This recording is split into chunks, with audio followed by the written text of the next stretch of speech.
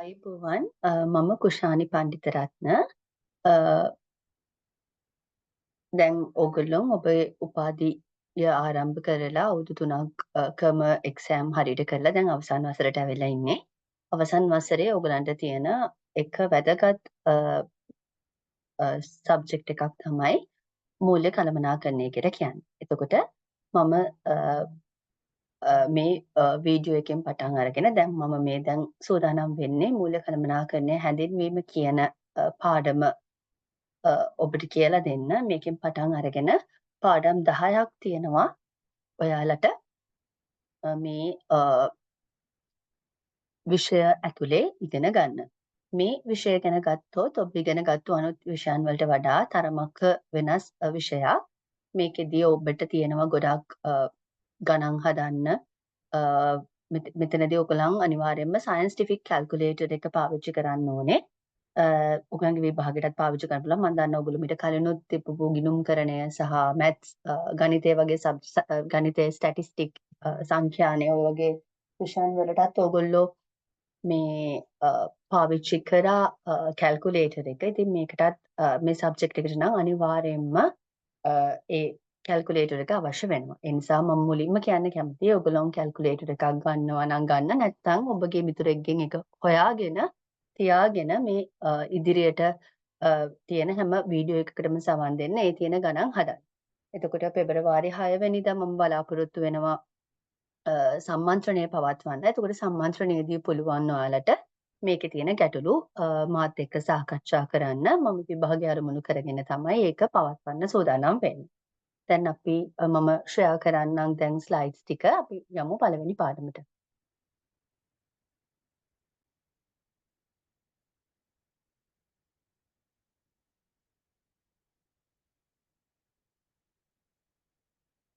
හරි. මූල්‍ය කළමනාකරණය හැඳින්වීම. එහෙමත් නැත්නම් මූල්‍ය කළමනාකරණයේ ස්වභාවය ගැන තමයි අපි මුලින්ම කතා කරන්න යන්නේ. මූල්‍ය කළමනාකරණය කියලා කියන්නේ ළමයි ඔයගොල්ලෝ ඉගෙනගෙන තියෙන අනිකුත් කළමනාකරණ ක්‍රියාවලි වගේම එක් කළමනාකරණ ක්‍රියාවලියක්. ඒ කියන්නේ ආයතනයක් තුළ මූල්‍ය සම්පත් කොහොමද විශ්ලේෂණය කරන්නේ, කොහොමද සැලසුම් කරන්නේ, කොහොමද පාලනය කරන්නේ කියන එක ගැන අවධානය යොමු කිරීම තමයි මූල්‍ය කළමනාකරණය කියන්නේ. මෙහිම නිර්වචනය අපිට ඉදිරිපත් කරලා තියෙන්නේ මූල්‍ය කළමනාකරණය පිළිබඳව මහාචාර්යවරයෙකු වන විශාල පොත් ප්‍රමාණයක් රචනා කරපු මහාචාර්ය අයිඑම් පාණ්ඩේ විසින් මූල්‍ය කළමනාකරණය නිර්වචනය කරලා තියෙන අන්න ඒ විදිහට. එතකොට අපි ගත්තොත් සාම්ප්‍රදායිකව අපි කතා කරන කළමනාකරණ න්‍යායයට අනුව ඕනෑම ආයතනයක් සතුව පවතිනවා සම්පත්. ඒ සම්පත් අපිට කොටස් 5කට බෙදන්න පුළුවන්. ඒව තමයි මුදල්, මිනිස් බලය, අපිට ඕනේ ද්‍රව්‍ය, යන්ත්‍ර සූත්‍ර සහ ක්‍රමවේදයන්. ඒකට මේක අපි ඉංග්‍රීසියෙන් M5 න්‍යාය විදිහට හඳුන්වනවා. M5 න්‍යාය කියලා සිංහලෙන් කියනවා. ඒ කියන්නේ අපිට ඕනේ සම්පත් වර්ග 5ක් මම කියවනේ. මුදල්, මිනිස් බලය, අවශ්‍ය ද්‍රව්‍ය, යන්ත්‍ර සූත්‍ර, ක්‍රමවේදයන් කියලා. අන්න මේ පහ අපිට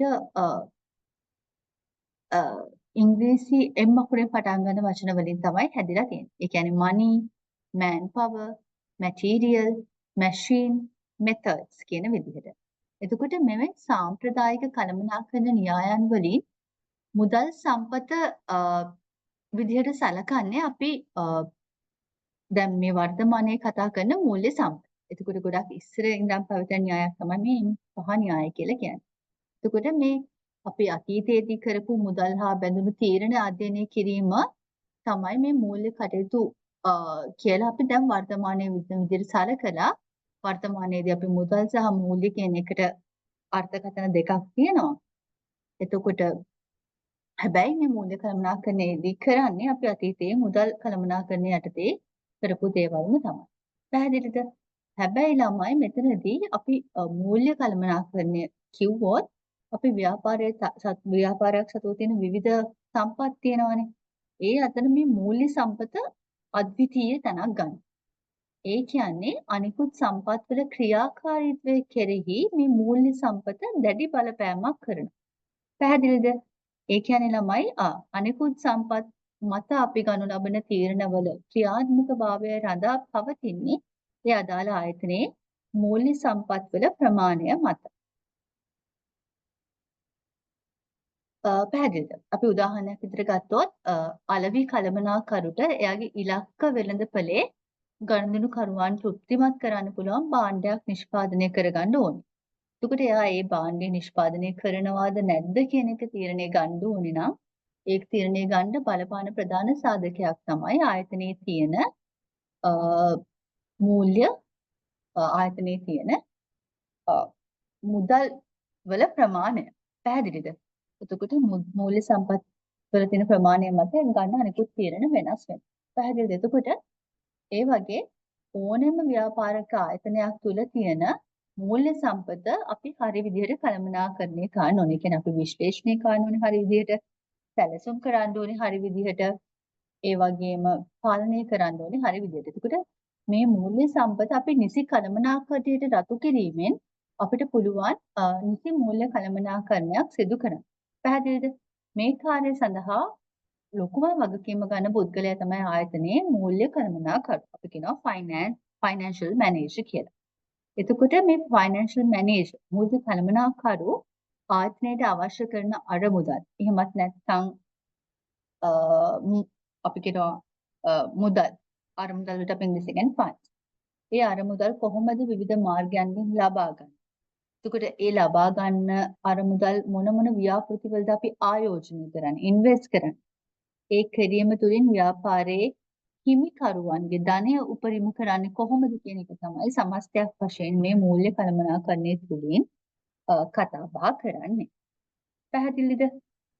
එතකොට මේ දේවල් තමයි අපි මූල්‍ය කළමනාකරණය කියලා කියන්නේ. අපිට මේ මූල්‍ය කළමනාකරණයේ අනිකුත් දේවල් වලට යන්න කලින් ඔයගොල්ලෝ දැනගන්න ඕනේ දැන් මූල්‍ය කළමනාකරණය කරන්නේ අපි දැන් මේ පාඨමාලාව පුරාවට ඔයගොල්ලෝ කතා කරන මූල්‍ය කළමනාකරණය අපි කතා කරන්නේ ආයතනයක් ව්‍යුහේ. ඒ කියන්නේ ආයතනය අපි පර්ස්පෙක්ටිව් එක කියන්නේ ඉංග්‍රීසියෙන් ආයතනයක පැත්තේ නම් තමයි බලන්නේ. කියන්නේ ආයතනයක් විදිහට කොහොමද මූල්‍ය කළමනාකරණය කරන්නේ කියන එක ගැන තමයි මෙතනදී කතා කරන්නේ. ඒ නිසා මෙතනදී ළමයි ගොඩක් වැදගත් වෙනවා ව්‍යාපාර ආයතන වර්ගීකරණය කිරීම කියන්නේ මොකක්ද කියන එක ගැන. පැහැදිලිද? ව්‍යාපාර ආයතන වර්ගීකරණය මෙතනදී ඉතාමත් වැදගත් වෙනවා. එතකොට අපිට පුළුවන් මේ මූල්‍ය සම්පත් කළමනාකරණය කරන ප්‍රධාන ව්‍යාපාරික ආයතන වර්ග කරන්න. එතකොට තනි ව්‍යාපාර, හවුල් ව්‍යාපාර, පොදු සමාගම් කියන තුනට මම වර්ගීකරණය කරනවා. හැබැයි අපිට ඇත්තටම මීට වඩා ගොඩක් වර්ග තියෙනවා. හැබැයි විශාල වෙනස්කම් අපිට දක්නට ලැබෙන විදිහට තමයි මම මේ කොටස් තුන ගත්තේ. අපි මුලින්ම ගමු තනි ව්‍යාපාර. අපි ඉංග්‍රීසියෙන් කියනවා sole proprietorship කියලා. තනි ව්‍යාපාරයක් කියන්නේ ළමයි තනි ව්‍යාපාරයක් කියලා කියන්නේ තනි පුද්ගලයෙකු විසින් ප්‍රාග්ධනය යොදවා ඔහු විසින්ම ව්‍යාපාර අයිතිය දනන ව්‍යාපාරයක්. මොකද්ද? තනි පුද්ගලයෙකු ප්‍රාග්ධනය යොදවනවා. එයාම සල්ලි දානවා බිස්නස් එකට. එයා කැමති තීරණ ගන්නවා. එයා විසින්ම බිස්නස් එක කරගෙන යනවා. ඔන්න ඔය වගේ දේවල් වලට අපි කියනවා ව්‍යාපාර වලට අපි කියනවා තනි ව්‍යාපාර කියලා. පැහැදිලිද? එතකොට මේ තනි ව්‍යාපාරවලදී මූල්‍ය කළමනාකරණ තීරණ අපිට ගන්න ඕන විදිහ වෙනවා. අපි බලමු කොහොමද ගන්න පුළුවන් කියලා. එතකොට මේ තනි ව්‍යාපාරවල අයිතිය, පාලනය ඒ ඔක්කොම කරන්නේ තනි පුද්ගලයෙකු විතරයි. අයිතිකාරයා විතරයි. එයාට ඕන විදිහට එයා මුදල් යොදවනවා. එයාට කැමති බිස්නස් එක කරනවා. දැන් හිතන්න කඩයක් දාලා නම් එයා කැමති වෙලාවට කඩේ අරිනවා. එයා කැමති වෙලාවට කඩේ වහනවා. එයාට ඕන විදිහට එයාගේ බිස්නස් එක කරගන්න පුළුවන්. එතකොට එයාගේ අයිතිය පාලනය ඒ පුද්ගලයා සතුව විතරක් තියෙන නිසා එයාගේ මූල්‍ය අරමුණු වලට එයාට කිසිම බාධාවක් නැතුව ළඟා වෙන්න පහසු වෙනවා. පැහැදිලිද? එතකොට එයාට පහසුවෙන් ඒ අරමුණු වලට ළඟා වෙන්න පුළුවන්. ඒ වගේම තමයි එයානේ දැන් මේකේ තීරණ ගන්න. එතකොට මෙයා ගන්න තීරණ වලට කවුරුත් බලපෑමක් කරන්නේ නැහැ. එතකොට මූල්‍ය තීරණත් එයාට පහසුවෙන් ගැනීමේ හැකියාව තියෙනවා. එතකොට මේක තනියෙන් කරගෙන යන බිස්නස් එකක් නිසා අවම පිරිවැය තත්ත්වයක් යටතේ මේ බිස්නස් එකේ වැඩ කටයුතු පවත්වාගෙන යන්න හැකියාව ලැබෙනවා. අයිතිකරු. පැහැදිලිද? එතකොට මේවා තමයි මේ තනි ව්‍යාපාරයක තියෙන වාසි වෙන්නේ. මොනවද? අයිතිය සහ පාලනය තනි පුද්ගලයෙකු සතු නිසා මූල්‍ය අරමුණු වලට බාධාවකින් තොරව ළඟා වෙන්න පුළුවන්. ඒ වගේම මූල්‍ය තීරණ ගන්න පහසුයි. ඒ වගේම අවම පිරිවැය තත්වයකින් පවත්වාගෙන යන්න පුළුවන්. ඔය වාසි තියෙනවා තනි ව්‍යාපාරයක. ඒකේ දෙන අවාසි මොනවද? ඔයගොල්ලෝ හිතන විදිහට. හා සාමාන්‍යයෙන් තනි ව්‍යාපාරයක් ගත්තොත් ඒකේ සියලුම ණය ගැනීම සහ ඒකේ අනිකුත් මූල්‍ය බැඳීම් වලට එයාලා පුද්ගලිකවම වගකීමට බැඳෙනවා. එතකොට අර මුදල් අවශ්‍ය අවස්ථාවලදී ඒක ලබා ගන්න ඒගොල්ලන්ට අපහසුකුත් තියෙනවා. දැන් උදාහරණයක් විදිහට මම පළවෙනි කිව්වොත් දැන් බිස්නස් එකේ අයිතිකරු ණයක් ගන්න. එතකොට ඒ ණය ගෙවා ගන්න බිස්නස් එකට සල්ලි මදි. බිස්නස් එකේ රෝල් එකකින් ඒක කරන්න බෑ. එතකොට කවදා හරි මෙයා බිස්නස් එක වහලා දැම්මොත් ඒ ණය එයාගේ පෞද්ගලික දේපල වලින් හරි එයාගේ බිස්නස් එකේ සල්ලි නෙමෙයි.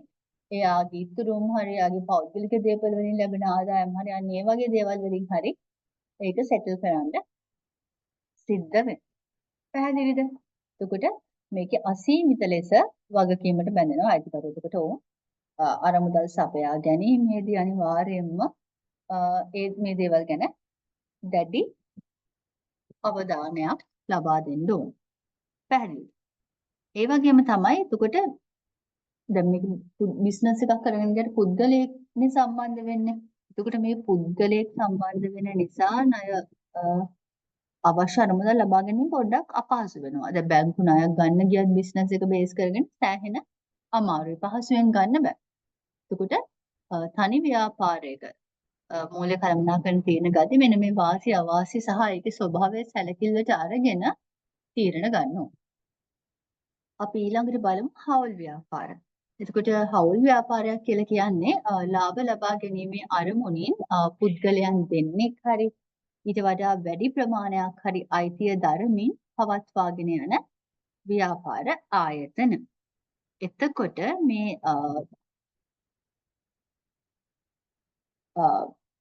හවුල් ව්‍යාපාරවලත් මෙන්න මේ හවුල් ව්‍යාපාරවලත් අපිට වාසි අවාසි තියෙනවා. කියන්නේ වර්තමානයේ අපිට හවුල් ව්‍යාපාර සෑහෙන ප්‍රමාණයක් දකින්නට පුළුවන්. හැබැයි ඒවා අපි තනි පුද්ගල ව්‍යාපාරයක් වගේ නෙමෙයි හවුල් ව්‍යාපාරයක මොන කළමනාකරන තීරණ ගන්න එක චුටක් වෙනවා. ඒකට අපි ඒකට ඒ අනුව තීරණ ගන්න ඕනේ. හවුල් ව්‍යාපාරයක නම් ඒ විදිහට තීරණ ගන්න. ඒකට හවුල් ව්‍යාපාරයක් කියන්නේ පුද්ගලයෝ දෙකෙක් හරි ඊට වඩා වැඩි පිරිසක් හරි එකට එකතු වෙලා කරන බිස්. එතකොට මේක දෙන වාසි මොනවද? මේක දෙන ප්‍රධානම වාසියක් තමයි ළමයි මේ තනි ව්‍යාපාරවලට සාපේක්ෂව මේකෙදි අපිට විශාල අරමුදල් එකතු කරගන්න හැකියාව ලැබෙනවා. කියන්නේ තනි ව්‍යාපාරයක් තනි පුද්ගලයා විතරනේ දාන්නේ. හැබැයි මේක එහෙම නෙවෙයි. තනි අයිතිකරු විතරක් නෙවෙයි දාන්නේ. තනි අයිතිකරු විතරක් නෙවෙයි ප්‍රාග්ධනය යොදවන්නේ. මේකෙදි හවුල්කරු ඔක්කොම තමන්ගේ මුදල් ගන්නකොට තනි ව්‍යාපාරයකට සාපේක්ෂව ඉතාමත් වැඩි අරමුදල් ප්‍රමාණයක් මේකෙන් බිස්නස් එකට එකතු කරගන්න පුළුවන්කම ලැබෙනවා. පැහැදිලිද? එතකොට අරමුදල් ප්‍රමාණය වැඩි සල්ලි වුණ අපිට වැඩිපුර එකතු කරගන්න පුළුවන්. ඒ වගේම තමයි තනි ව්‍යාපාරයක තියෙන ගති කවුද? අයිතිකරු විතරයි. අයිතිකරු තමන්ට කැමති තීරණය ගන්න. හැබැයි හවුල් ව්‍යාපාරයක තියෙන ගතිය හවුල්කරුවන් ඔක්කොම එකතු වෙනවා. එතකොට දැන් තනි පුද්ගලයෙක් ගන්න තීරණයකට වඩා අපි කියනවා කොලැබොරේටිව් ඩිසිෂන්. සාමූහික තීරණවල පොඩි ඵලදායීතාවයේ වැඩියක් තියෙනවා. ඒ කියන්නේ ළමයි කීප දෙනෙක් එකතු වෙලා හවුල්කරුවෝ ඔක්කොම එකතු වෙලා තමන්ගේ දැන් මේ හවුල්කරුවන්ගෙන් එක්කෙනෙක් ගණකාධිකාරිවරයෙක් වෙන්න පුළුවන්. අනිත් කෙනෙක් අලෙවි පැත්තට සම්බන්ධ කෙනෙක් වෙන්න පුළුවන්. අනිත් කෙනෙක් මිලියන් කළමනාකරණය ගැන දන්න කෙනෙක් වෙන්න පුළුවන්. ඒකට මේගොල්ලන්ගේ විශේෂඥ දැනුම එක්කහු වෙලා තමයි ඉතාමත් හොඳ ගුණාත්මක තීරණ ආයතනයට ලබා ගන්න පුළුවන් වෙන්නේ. පැහැදිලිද? ඒකට මෙතනදී විශාල සල්ලි ප්‍රමාණයක් එකතු කරගන්න පුළුවන් වගේම හවුල්කරුවන්ගෙන් ආයතනයට හැකියාව ලැබෙනවා. හොඳ අ, ගුණාත්මක සහ ඵලදායී ආයෝජන සහ මූල්‍ය තීරණ ගැනීමට හැකිවීම. ඒ වගේම මේකේ තියෙන වාසියක් තමයි දැන් මම අර කලින් කිව්වා වගේ මේකේ ඉන්න හවුල්කරුවෝ විවිධ ශ්‍රේෂ්ඨවල දක්ෂතා කුසලතා තියෙන පුද්ගලයන් විය හැකියි. ගණකාධිකරණය පිළිබඳ දැනුම තියෙන අයෙක් ඉන්න පුළුවන්. අලෙවිකරණය පිළිබඳ, මෙහෙයුම් කළමනාකරණය පිළිබඳව ඔය වගේ විවිධ ක්ෂේත්‍රයන්ට දැනුම තියෙන පුද්ගලයන් එකතු වෙලා ඉන්න පුළුවන්. එතකොට ළමයි මෙතනදි වෙන්නේ ඒගොල්ලන්ට පුළුවන් ආයතනයේම ඒ අදාළ අංශයේ කළමනාකරු විදියට වැඩ කටයුතු කරන්න. පැහැදිලිද? ගණකාධිකාරවරයා ගණකාධිකාර විදියට කළමනාකරණය අලෙවි කළමනාකරණය පිළිබඳ දන්න පුද්ගලයා අලෙවි කළමනාකරු විදියට වැඩ කරනවා. මෙහෙයුම් කළමනාකරු විදියට ඒ පිළිබඳව හසල කුසලතාවයක් තියෙන හවුල්කරුවා කටයුතු කරනවා. එතකොට හවුල්කරුවන්ටම ආයතනයේ කළමනාකරුවන් විදිහට සේවය කරන්න හැකියාව ලැබෙන නිසා අපි මේක තුලින් මූල්‍ය කළමනාකරණයේ ප්‍රධානම අරමුණ අයිතිකරුවන්ගේ ධනය උපරිම කිරීම කියන අරමුණට ළඟා වෙන්න මෙයාලට හැකියාව ලැබෙනවා. ඒක ලොකු පහසුවක් වෙනවා. පැහැදිලිද? ඕවා තමයි එතකොට හවුල් ව්‍යාපාරයක තියෙන වාසි. හැබැයි ළමයි මෙන්න මේ හවුල් ව්‍යාපාරවලත් අයිතිකරුවෝ තමන්ගේ ව්‍යාපාරයට තමන්ගේ ප්‍රාග්ධනයට අමතරව යම්කිසි ණයක් ලබා ගත්තොත් එහෙම අන්න ඒ ණය පියවන්ද එයාලට තම පෞද්ගලික දේපල වලින් පවා ගෙවන්න ඒ ණය පියවන්න සල්ලි ගෙවන්න එයාලට සිද්ධ වෙනවා. තේරුණාද? ඒ කියන්නේ මේ හවුල් ව්‍යාපාරවලට නෛතික පුද්ගල භාවයක්. ඒකට නෛතික පුද්ගල භාවයක් නැති නිසා හවුල් ව්‍යාපාරවලට ඒ අයිතිකරුවන්ට සිද්ධ වෙනවා තමන්ගේ පෞද්ගලික ධනය හරි පාවිච්චි කරලා මේ අදාළ බැඳී පියවා හරින ආයතනේ. පැහැදිලිද? හරි. ඒකට ඒ වගේම තමයි මේවා වලට මේ තනි ව්‍යාපාර වලට සාපේක්ෂව මෙයාලට වැඩි ප්‍රාග්ධනයක් එකතු කරගන්න පුළුවන් වුණාට මේගොල්ලෝ පොදු සමාගම් වගේ කොටස් වෙළඳපොළ ගනුදෙනු කරන්නේ නැහැ. ඒ නිසා උන්ටත් සීමාවක් සහිතව තමයි අර මුදල් රැස් කරගන්න හැකියාව ලැබෙන්නේ. පැහැදිලිද? ඔය වාසි අවාසි දෙකම හවුල් ව්‍යාපාරවල තියෙනවා. හරි. හවුල් ව්‍යාපාරයක් කරනකොට සරලවම ලාභ ලබා ගැනීමේ අරමුණින් පුද්ගලයන් දෙදෙනෙකු හෝ ඊට වැඩි ප්‍රමාණයක් අයිතිය දරමින් පවත්වාගෙන යනු ලබන ව්‍යාපාර ආයතන. එතකොට මේකේ තියෙන වාසි තමයි තනි ව්‍යාපාරයකට වඩා සාපේක්ෂව අරමුදල් රැස් කරගන්න පුළුවන්. ඒ වගේම ගොඩක් ඵලදායී, සඵලදායී ආයෝජන සහ මූල්‍ය තීරණ ගන්න පුළුවන්. ඒ වගේම හවුල්කරුවන්ට ආයතනයේ කළමනාකරුවන් විදිහට වැඩ කරන්න පුළුවන් නිසා ඔවුන්ට ව්‍යාපාරයේ ප්‍රධාන මූල්‍ය කළමනාකරන අරමුණ වන අයිතිකරුවන්ගේ ධනය උපරිම කිරීම කියන අරමුණට ළඟා වෙන්න හැකියාව තියෙනවා. මේකේ තියෙන අවාසි මොනවද මම පැහැදිලි කළේ මේවා වලට ණය සහ අනිකුත් බැඳීම් සම්බන්ධයෙන් පවුල්කරුවන් අසීමිතව වගකීමට යටත් වෙනවා. එතකොට සමාගම් වලට සාපේක්ෂව මේගොල්ලන්ට පුළුවන් මේගොල්ලන්ට ලබා ගන්න පුළුවන් අර මුදල් ප්‍රමාණය අඩු. මේක එක්තරා අවාසියක් බවට පත් වෙනවා. එතකොට අපි හවුල් ව්‍යාපාරයක මූල්‍ය කළමනාකරන තීරණ ගන්නවා නම් ඒකට ඒකේ තියෙන ස්වභාවය, ඒකේ වාසි අවාසි ගැන සැලකිල්ලට අරගෙන අපි තීරණ ගන්න ඕනේ හැම වෙලෙම. පැහැදිලිද? එතකොට ඔක තමයි ඔයගොල්ලෝ දැන් දන්නවා තනි ව්‍යාපාර සහ හවුල් ව්‍යාපාර කියන්නේ මොනවද කියලා.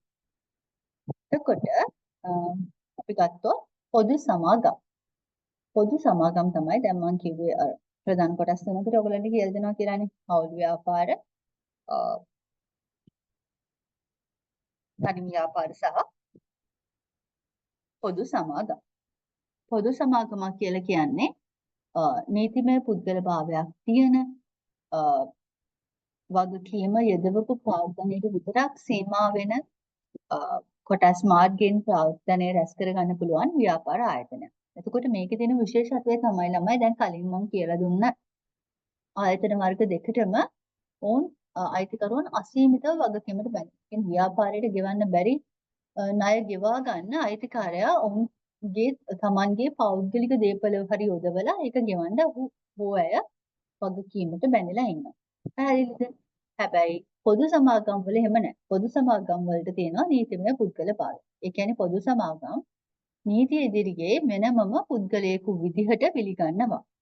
පැහැදිලිද? එතකොට නීතිය ඉදිරියේ වෙනමම පුද්ගලයෙකු විදිහට පිළිගන්න නිසා පොදු සමාගම් හැම වෙලේම අපි හඳුන්වනවා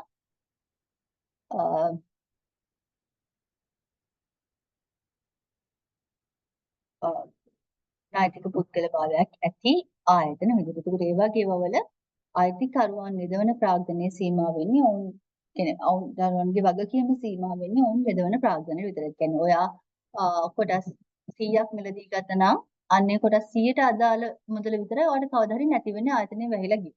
ඊට අමතරව වගේ පෞද්ගලික දේපල වෙනින් ඕක අය කරගන්නේ නැහැ. පැහැදිලි දෙක තමයි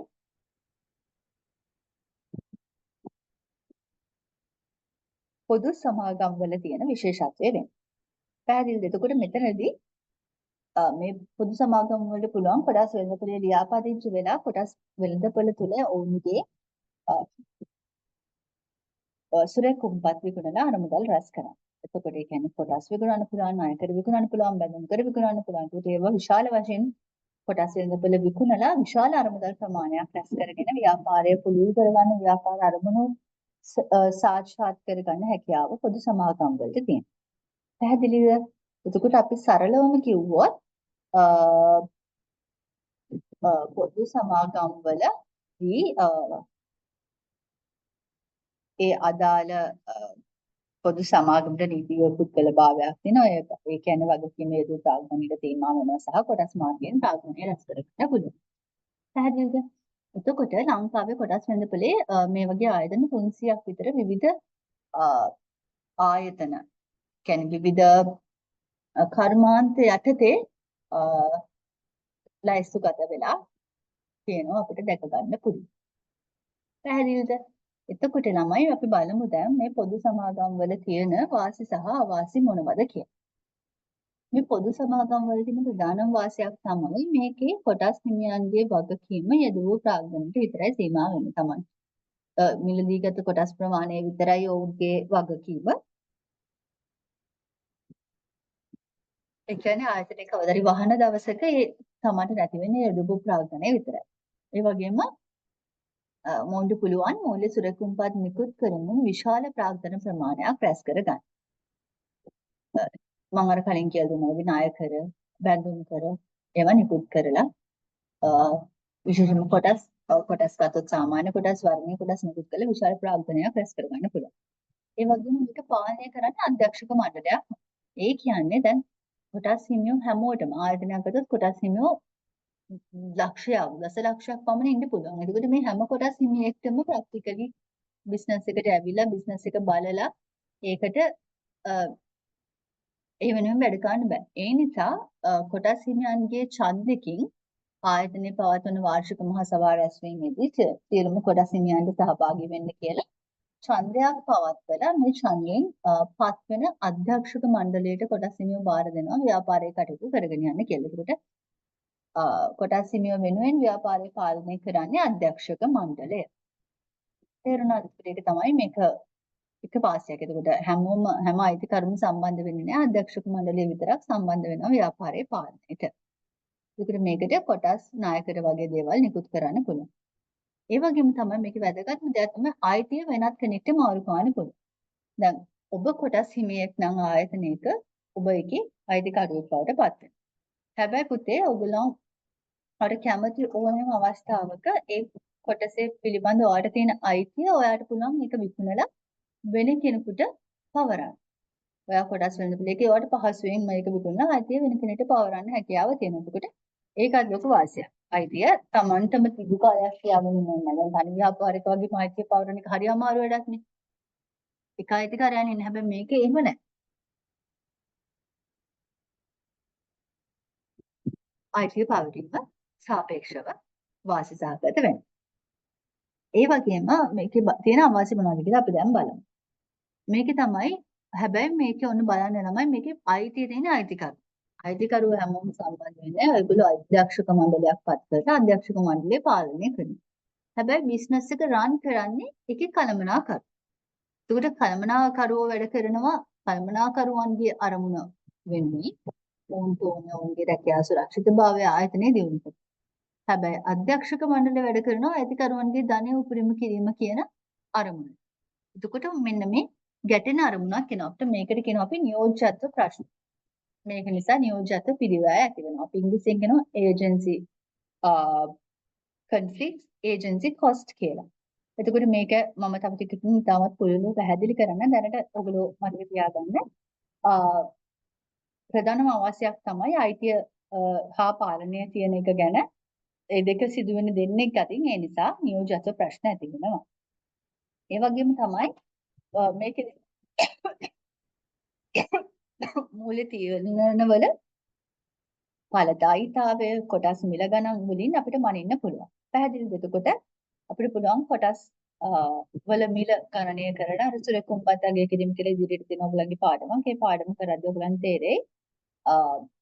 එතකොට අපිට ඒකෙන් අපිට කොටසක මිල අගය කරන්න පුළුවන්. සුරකුම්පතක අගය දැනගන්න පුළුවන්. එතකොට මේ අගය වලින් අපිට පුළුවන් මේ අගය දිගටම වැඩි වෙන්න සම්භාවිතාවක් තියෙන ආයතනයේ ඵලදායී. එහෙම නැත්නම් ආයතනයේ අඩු. ඒ නිසා මේකෙදි අපිට මූල්‍ය තීරණවල ඵලදායීතාවය කොහොමද තියෙන්නේ කියලා අපිට මැනගැනීමට පහසු වෙනවා. පැහැදිලිද? එතකොට ඕවා තමයි පොදු සමාගමක තියෙන්නේ. මොකද සරලව පොදු සමාගමක් කියන්නේ එතකොට නීතිමය පුද්ගලභාවයක් තියෙන වගකීම යෙදූ ප්‍රාග්ධනයට විතරක් සීමා වෙන කොටස් මාර්ගයෙන් ප්‍රාග්ධනය සම්පාදනය කරගන්න පුළුවන් ව්‍යාපාර ආයතන. පැහැදිලිද? එතකොට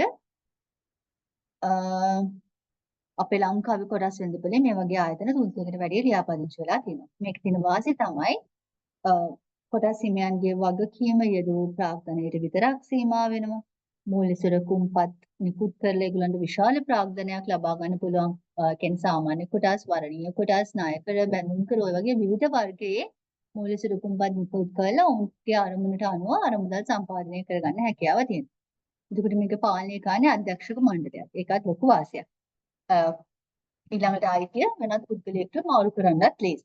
ඒක ඔය වගේ වාසි තියෙනවා. ඒ වගේම තමයි මේකේ ආයතනයේ පාලනය සහ අයිතිය තියෙන අධ්‍යක්ෂක මණ්ඩලයට සහ කොටස් හිමියන්ට පාලනය කරන්නේ කලින්නම්. ඔවුන්ගේ අරමුණු විවිධ නිසා අපිට විවිධ ගැටලු ඇති වෙනවා. නියෝජ්‍යත්ව ප්‍රශ්න, ඒ තුළින් නියෝජ්‍යත්ව පිරිවැය ඇති වෙනවා. ඒක අවශ්‍යයි. ඒ වගේම තමයි මූල්‍ය තීරණවල ඵලදායීතාවය අපිට කොටස්වල මිල ගණන් වලින් මනින්න පුළුවන් නිසා අපිට මූල්‍යනේ මූලික අරමුණු ඉටු වුණාද නැද්ද කියලාත් අපිට බලා ගන්න හැකියාව තියෙනවා. පැහැදිලිද? එතකොට ඔය වගේ දේවල් පොදු සමාගම්වල තියෙනවා. එතකොට ළමයි අපි ගොඩාක් වෙලාවට මේ පාඩම පුරාවටම කතා කරන්නේ මේ පොදු සමාගම් ගැන. ඒ කියන්නේ කොටස් වෙළඳපොලේ ලියාපදිංචි වෙච්ච ආයතනයකට කොහොමද මූල්‍ය තීරණ ගන්න කොහොමද ඒගොල්ලන් ඒවා වලට බලපාන සාධක මොනවාද? මේ පිළිබඳව තමයි අපි වැඩි වශයෙන් කතා කරන්නේ. එතකොට ඔයගොල්ලෝ හොඳට මතක තියාගන්න අපි මූල්‍ය කළමනාකරන සංකල්ප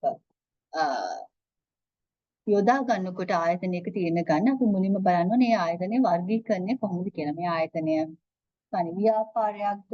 මේ ආයතනය පොදු සමාගමක්ද? මේ ආයතනය එහෙම නැත්නම් හවුල් ව්‍යාපාරය. ඔය වගේ තියෙන කොටස් වලින් මේක මොකද්ද? මොන ගණයටද අයිති වෙන්නේ කියලා බලලා ඒ අනුව අපි තීරණය කරන්න ඕනේ අපි මේ සඳහා යොදාගත යුතු මූල්‍ය කළමනාකරන ක්‍රම ශිල්ප මොනවද කියලා. එතකොට කොහොම ගත්තත් මූල්‍ය කළමනාකරණයේ අරමුණ එකයි. ඒ වගේම තමයි මූල්‍ය තීරණ එකයි.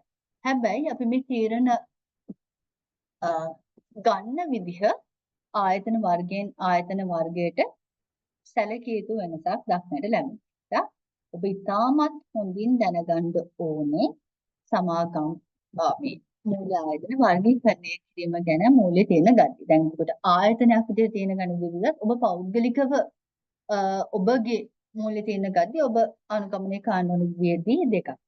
ඒ නිසා ඔයගලන්ට මේ පාඩම මේ විෂය මාලාවකුත් ඒ කියන්නේ මූල්‍ය කළමනාකරන කියන විෂයේ තියෙන සමහර සංකල්ප විශේෂයෙන්ම මුදලේ කාලාග්ගය කියන පාඩමේ තියෙන සංකල්ප ඔබේ විභාගයට විතරක් නෙමෙයි ඔබේ පෞද්ගලික මූල්‍ය කළමනාකරන තීරණ ගන්නත් ඉතාමත් වැදගත් වෙනවා. මේ වගේ කාලයක කියන්නේ අර මුදල් රැස් කරගන්න වියදම් කිරීම අමාරු කාලයක මේක ඉතාමත් ප්‍රායෝගික විෂයක්. ඒ නිසා මේක හොඳින් අධ්‍යයනය කරන්න. මේක ඔබේ විභාගයට පමණක් නෙවෙයි පෞද්ගලික ජීවිතයට ඉතාමත් වැදගත්.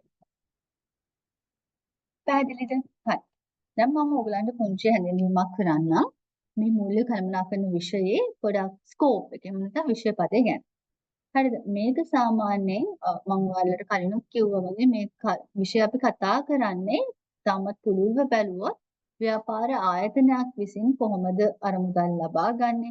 ඒ අරමුදල් මොන මොන තැන්වලද යොදවන්නේ කියන එක ගැන. පැහැදිලිද? එතකොට මේකෙන් අපි සරලව කතා කරන්නේ මේ දේවල් ගැන. එතකොට සාමාන්‍යයෙන් මූල්‍ය කළමනාකරු ආයතනයේ ඔහුට පුළුවන් විවිධ මාර්ග වලින් අරමුදල් ලබා ගන්න. එතකොට මේ ලබා ගන්න අරමුදල් ඔහු කොහොමද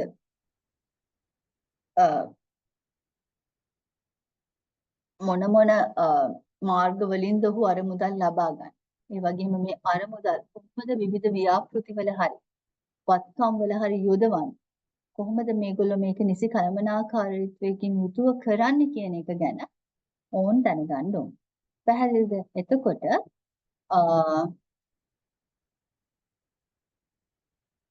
මූල්‍ය කළමනාකරු මෙන්න මේ දේවල් නිසි කළමනාකරන සැලැස්මකට අනුව පාලනයකට යටත්ව කරගෙන යන්න ඕනේ වෙනවා.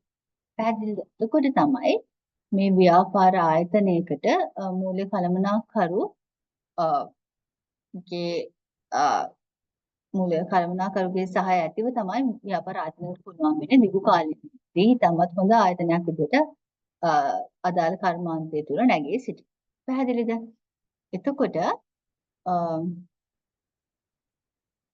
ව්‍යාපාර ආයතනයකට මූල්‍ය කළමනාකරු ආයෝජන මූල්‍ය කටයුතු හැසිරවෙනකොට එයාට එක එක ප්‍රශ්න වලට පිළිතුරු සපයන්න වෙනවා. උදාහරණයක් විදිහට එයාට හිතන්න වෙනවා ආයතනයේ මිලදී ගන්න ඕනේ මොන වත්කම්.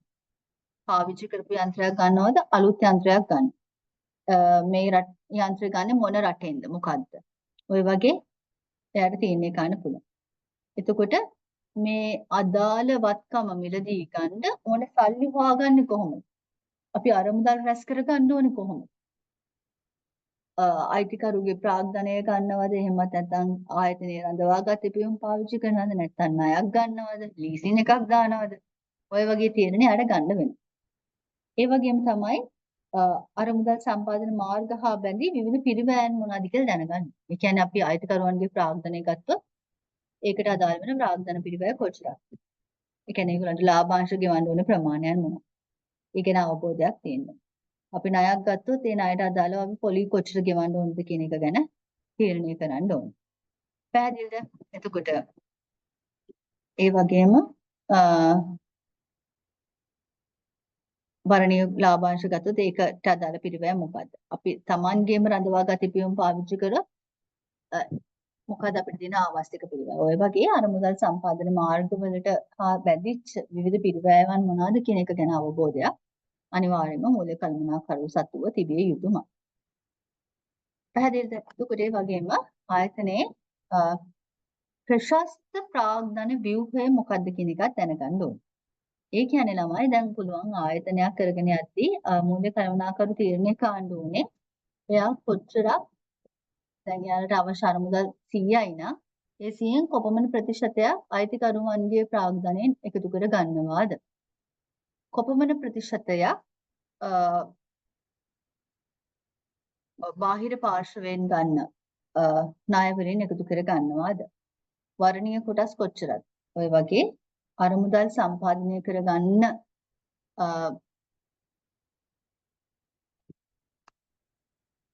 මාර්ග ගැන තීරණය කරනවා වගේම එයා තීරණය කරන අපේ ප්‍රශස්ත ව්‍යුහය මොකක්ද? 60% ප්‍රාග්ධනයෙන් යනවා නම් 40%ක් ණය වලින් යනවා. එතකොට අපිට මේ පිරිවැය අපිට බැලන්ස් කරගෙන කරගෙන පුළුවන් කියන එක ගැන එයා දැනගෙන ඉන්න ඕන. ඒ වගේම තමයි ආයෝජනයෙන් අපේක්ෂිත ප්‍රතිලාභ අනුපාතය මොකක්ද කියන එකත් එයාලා දැනගන්න ඕනේ. ඒ කියන්නේ දැන් අපි මේ විවිධ දේවල් වලින් පිරිවැයක් දරලා ගන්න අරමුදල් කොහේ හරි ආයෝජනය කරන්න එපා. ඒ කොහේ හරි අපි ආයෝජනය කරලා ඒ ආයෝජනයේ තුලින් අපිට කොච්චර ප්‍රතිලාභයක් ලැබෙනවද? ඒ කියන්නේ අපිට ලැබෙන බලාපොරොත්තු වෙන ප්‍රතිලාභ අනුපාතයම ලැබෙනවා. ඒ නිසා අපි වැඩිපුර ප්‍රතිලාභයක් ලැබෙන්න කොහිද මේව ආයෝජනය කරන්න ඕන. ඔය වගේ තීරණයක් ගන්න ඕන. පැහැදිලිද?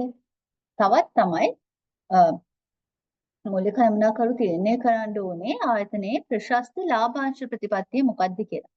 සරලව මේ කිව්වොත් ප්‍රශස්ත ලාභාංශ ප්‍රතිපත්තිය කියන්නේ ළමයි එයා බලන්න ඕනේ අපිට හම්බ වෙන ලාභයෙන් අපි කොච්චර ප්‍රමාණයක් රඳවා ගන්නවද රඳවාගත් විපයුම් විදියට. දැන් මූලික කළමනාකරුට පුළුවන් තීරණය කරන්න කොච්චර රඳව ගන්නවද රඳවාගත් විපයුම් විදියට කොච්චරක් අපි ලාභාංශ විදියට ගෙවනවද කියලා තීරණය කරන්න. අපි උදාහරණයක් විදිහට ගත්තොත් ආයතනයේ ලාභය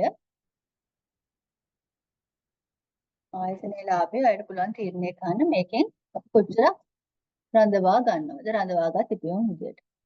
එතකොට මේ රඳවාගත් ඉපයුම් වලින් තියෙන සල්ලි පාවිච්චි කරන්න පුළුවන් යාළුවාගේ ආයතනයේ වර්ධනය සඳහා අනාගත වර්ධනය සඳහා. දැන් හිතන්නකෝ ආයතනයේට මොන හරි අලුත් ව්‍යාපෘතියකට සල්ලි ඕනේ නම් ඒකට අපිට ණයක් අරගෙන හරි අයිතිකරුවන්ගේ ප්‍රාග්ධනයෙන් හරි මුදල් එකතු කරගෙන ඒක කර ගන්නවට වඩා ඉතාමත් පහසුයි රඳවාගත් ඉපයුම් තියෙනවා. ඒකට තමන්ගේම බිස්නස් එකේ සල්ලි ඉතාමත් අඩු පිරිවැයකට අරගෙන අපි මේකට පිරිවැයක් නැහැ කියන්නේ.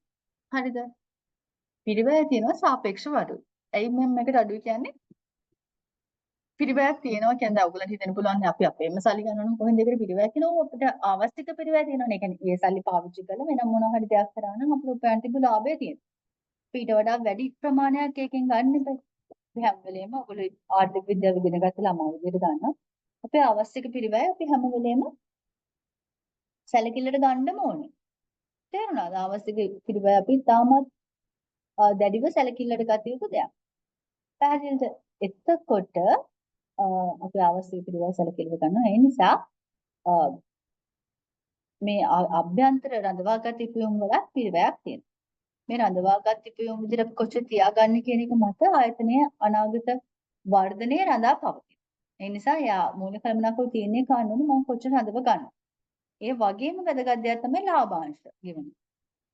පැහැදිලිද? ලාභාංශ ගෙවනවා කියන්නේ ළමයි දැන් යා ලාභාංශ ගෙවනකොට බලන්න ඕනේ මම ලාභාංශ වලින් විදිහට කොච්චර ප්‍රතිශතයක් ගෙවනවද? ඒ වගේම ඒක සමහරවිට තිබුණා මේ ලාභාංශ ගෙවන්න වැඩක් නැහැ නේ කියලා. හැබැයි ලාභාංශ ගෙවන්න ඕනේ මොකද අපිට සල්ලි දෙන අවුරුදුවල් සපයන අයිතිකරුවෝ ලාභාංශ බලාපොරොත්තු වෙන පිරිසක් ඉන්නත් පුළුවන්. තේරුණාද? සමහර අයිතිකරුවෝ කැමති වෙන්න පුළුවන් නෑ මට ලාභාංශ ඕනේ නෑ මට ඕනේ මේ බිස්නස් එක දියුණු වෙනවා දකින්න. ඒ වගේ දෙපිරිසක් ඉන්නවා. ඒකට ලාභාංශ තියෙන පරිමිතික ගොඩක් තේරෙයි. එතකොට අපි හරියට මොකද්ද කරන්න කියන එක ගැන මූලික කළමනාකරු තීරණ ගන්න ඕනේ. මේක ගැන අපි දීර්ඝ වශයෙන් ලාභාංශ ප්‍රතිපත්ති පාඩමේදී කතා කරනවා.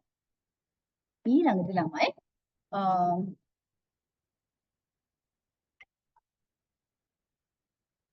මම පේනවා ඇති කියලා හිතනවා ස්ක්‍රීන් එක. හරි. ඊළඟට තමයි අපි කරන්න ඕනේ හරි. ආයතනයේ අපි ප්‍රමාණවත් මුදල් ශේෂයක් ආයතනයේ පවත්වාගෙන යන්නත් ඕනේ. ඒ කියන්නේ අපේ එදිනදා කටයුතු සාමාන්‍ය විදිහට කරගෙන යන්න අපිට මුදල් කොච්චරක් ඕනේද කියන එක ගැන තීරණය ගන්නත් ඕනේ. මුදල් කොපමණ ඕනේද මුදල්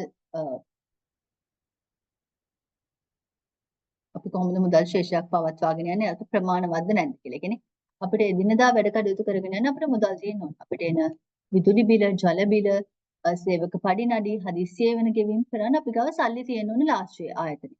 එහෙම නැති වුණොත් අපිට වෙන්නේ අපේ දිගුකාලීන වත්කමක් විකුණලා හරි මුදල් හොයාගෙන ඒවා ගෙවන්න. පැහැදිලිද? ඒකට එහෙම හරියන්නේ. අපි දිගුකාලීන වත්කමක් විකුණන අර මුදල් හොයාගෙන ගෙවනවා කියලා කියන්නේ මුදල්. ඒකෙන් මොනවාද සිද්ධ වෙන්නේ? ආයතනයේට හැම වෙලේම මේකෙන් සිද්ධ වෙන්නේ පාඩුවක් විතරයි. මොකද අපිට ආයෝජන අවස්ථාවක් නැති වෙලා යනවා. අපි හිතනවා මේක ආයෝජනය කරලා අපි මුදල් හොයා ගන්න ඕනේ කියලා. හැබැයි අපිට මේ ආයෝජන කරන අවස්ථාව අපි නැති කර ගන්නවා. ඒ දේ නිසා. පැහැදිලිද? ඒ නිසා හැම වෙලේම ආයතනය හිතන්න ඕනේ අපි ප්‍රමාණවත් මුදල් ප්‍රමාණයක් තියාගෙන යන්න. පැහැදිලිද? ඒ වගේම තමයි ආ තීරණය කරන තවත් දෙයක් තමයි අපි මොන ගනුදෙනු කරුවන්ටද ණය අනුමත කරන්නේ. දැන් ආයතනයක් ණයට භාණ්ඩ විකුණනවානේ. එතකොට භාණ්ඩ ණයට විකුණනෝනේ කාටද? හැම කෙනාටම ණයට විකුණුවොත් වැඩක් තියනවද? ඒ ණය අපිට ගන්න බැරි වුණොත් අපේ ආයතන අපිට මුන්වත් වෙන්න තමයි වෙන්නේ. ඒ නිසා අපි ණයට විකුණන්නේ කාට? අපි ණයට දෙන කාල සීමාව කොහෙද? අපේ ණය ප්‍රතිපත්තිය මොකක්ද? පැහැදිලිද? ඒ ගැන තීරණයක් ගන්න ඕනේ මූල්‍ය කළමනාකරු. ණයට දුන්නොත් සමහරවිට අලෙවි කළමනාකරුවන් කියන කෙනා අනේ ණයට දෙන්න ඕනේ නැත්නම් බිස්නස් එක කරගෙන යන්න බෑ කියලා. පැහැදිලිද? එහෙම හරියන්නේ නැහැ. අපි කොහොම හරි බිස්නස් එක කරගෙන යන්න ඕන නිසා බඩු විකුණුම් වැඩි කාලේ ණයට විකුණුවොත් ඒ විකුණුම් ඒ ණය ආපසු අපිට ගන්න බැරි වුණොත් මොකද වෙන්නේ? බිස්නස් එක හරියට කරගෙන යන්න බැරිව බිස්නස් එක කඩාගෙන වැටෙනවා. ඒක හොඳ දෙයක් නෙවෙයි නම්. පැහැදිලිද? ඒ නිසා අපි හැම වෙලෙම උත්සාහ දරිය යුතු වෙනවා. අපි හැම වෙලෙම උත්සාහ දරිය යුතු වෙනවා.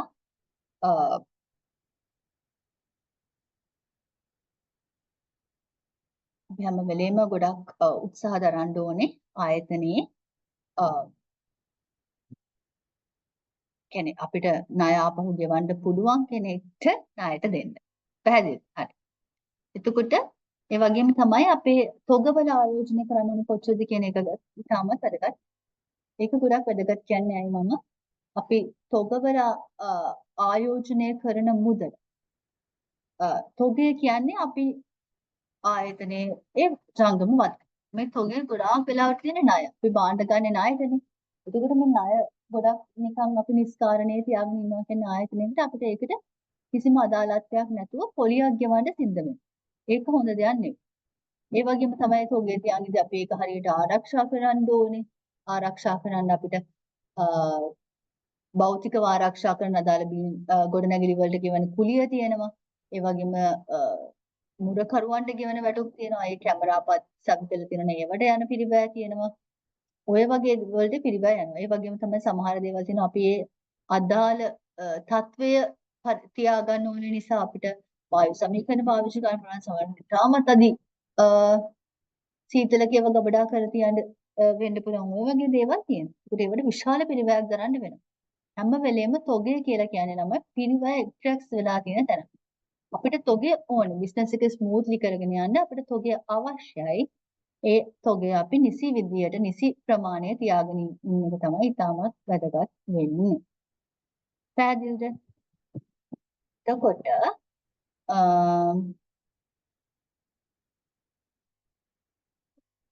තොගය පවත්වාගෙන යාම පිළිබඳ තීරණය අනිවාර්යයෙන්ම ආයතනයේ මූල්‍ය කළමනාකරු ගන්න තීරණයක්. ඒ වගේම තමයි ආයතනයේ ඒකාබද්ධ කිරීම, ආයතනයේ ප්‍රතිසංවිධානය කිරීම ගැන තීරණ ගන්න ඕනේ. ඒ කියන්නේ බිස්නස් එකට අපි තව බිස්නස් එකක් සම්බන්ධ සම්බන්ධ වෙනවා. ඒ වගේ සම්බන්ධ වෙන මොන ආයතනත් එක්කද? මේවා ඉතාමත් තීරණාත්මක මූල්‍ය කළමනාකරන තියෙනවා. ඉතාමත් ගැඹුරු අධ්‍යයනයක් කරලා කරන්න ඕනේ තියෙනවා. අපි වෙන ආයතනයක් එක්ක සම්බන්ධ වෙනවා නම් සම්බන්ධ වෙන විදිය ගැන. ඒ වගේම ආයතනයේ ප්‍රතිසංවිධානය කරනවා නම් අපිට මොන හරි අපහසුතාවයක් නිසා ආයතනය ණය හිමියොත් එක්ක සාකච්ඡා කළ ණය කාර්ය සීමාව දීර්ඝ කරගෙන හරි ඔය වගේ ප්‍රතිසංවිධානය කිරීමක් වෙනවා නම් ඒව කරන්නේ කොහොමද කියන එක දැනගන්න ඕනේ. නැත්නම් ඔයගොල්ලන්ගේ සිලබස් එකේ එච්චර ගැඹුරට කතා කරන්නේ නැහැ. මේවා කරන්නේ කොහොමද කියලා. හැබැයි ඔයගොල්ලෝ දැනගන්න ඕනේ ඒ වගේ දේවලුත් මූල්‍ය කළමනාකරණ විෂය පතේට ඇති වෙන්නේ කියලා. පැහැදිලිද? සමස්තයක් වශයෙන් ආයතනයේ මූල්‍ය කටයුතු කොහොමද පාලනය ගන්න කියන තීරණ ගන්නේ ආයතනයේ මූල්‍ය කළමනාකරු. ඒක හැම වෙලේම ඔයගොල්ලෝ මතක තියාගන්න. පැහැදිලිද? එතකොට මම ඉක්මනට මතක් කරොත් මේ මූල්‍ය කළමනාකරු කියන පුද්ගලයා ආයතනයේ ඉතාමත් වැදගත් පුද්ගලයෙක්. එතකොට ඔහු තමයි ආයතනයේ අරමුදල් ලබා ගන්න කොහෙන්ද ඒවා යොදවන්නේ මොන ව්‍යාපෘතිවලද කියලා තීරණය ගන්න. එතකොට එයා නිතරම එන ප්‍රශ්න කීපයක් තියෙනවා. එයා පිළිතුරු සපයන්න ඕනේ ප්‍රශ්න කීපයක් තියෙනවා. ඒවා තමයි ආයතනයේ මිලදී ගන්න ඕනේ වත්කම් වර්ග මොනවාද? එතකොට මේ වත්කම් මිලදී ගන්න ඒගොල්ලෝ ඕනේ අරමුදල් සම්පාදනය කරගන්නේ කොහොමද? ණය ගන්න ඕනේ ප්‍රාප්තණය ගන්නවාද?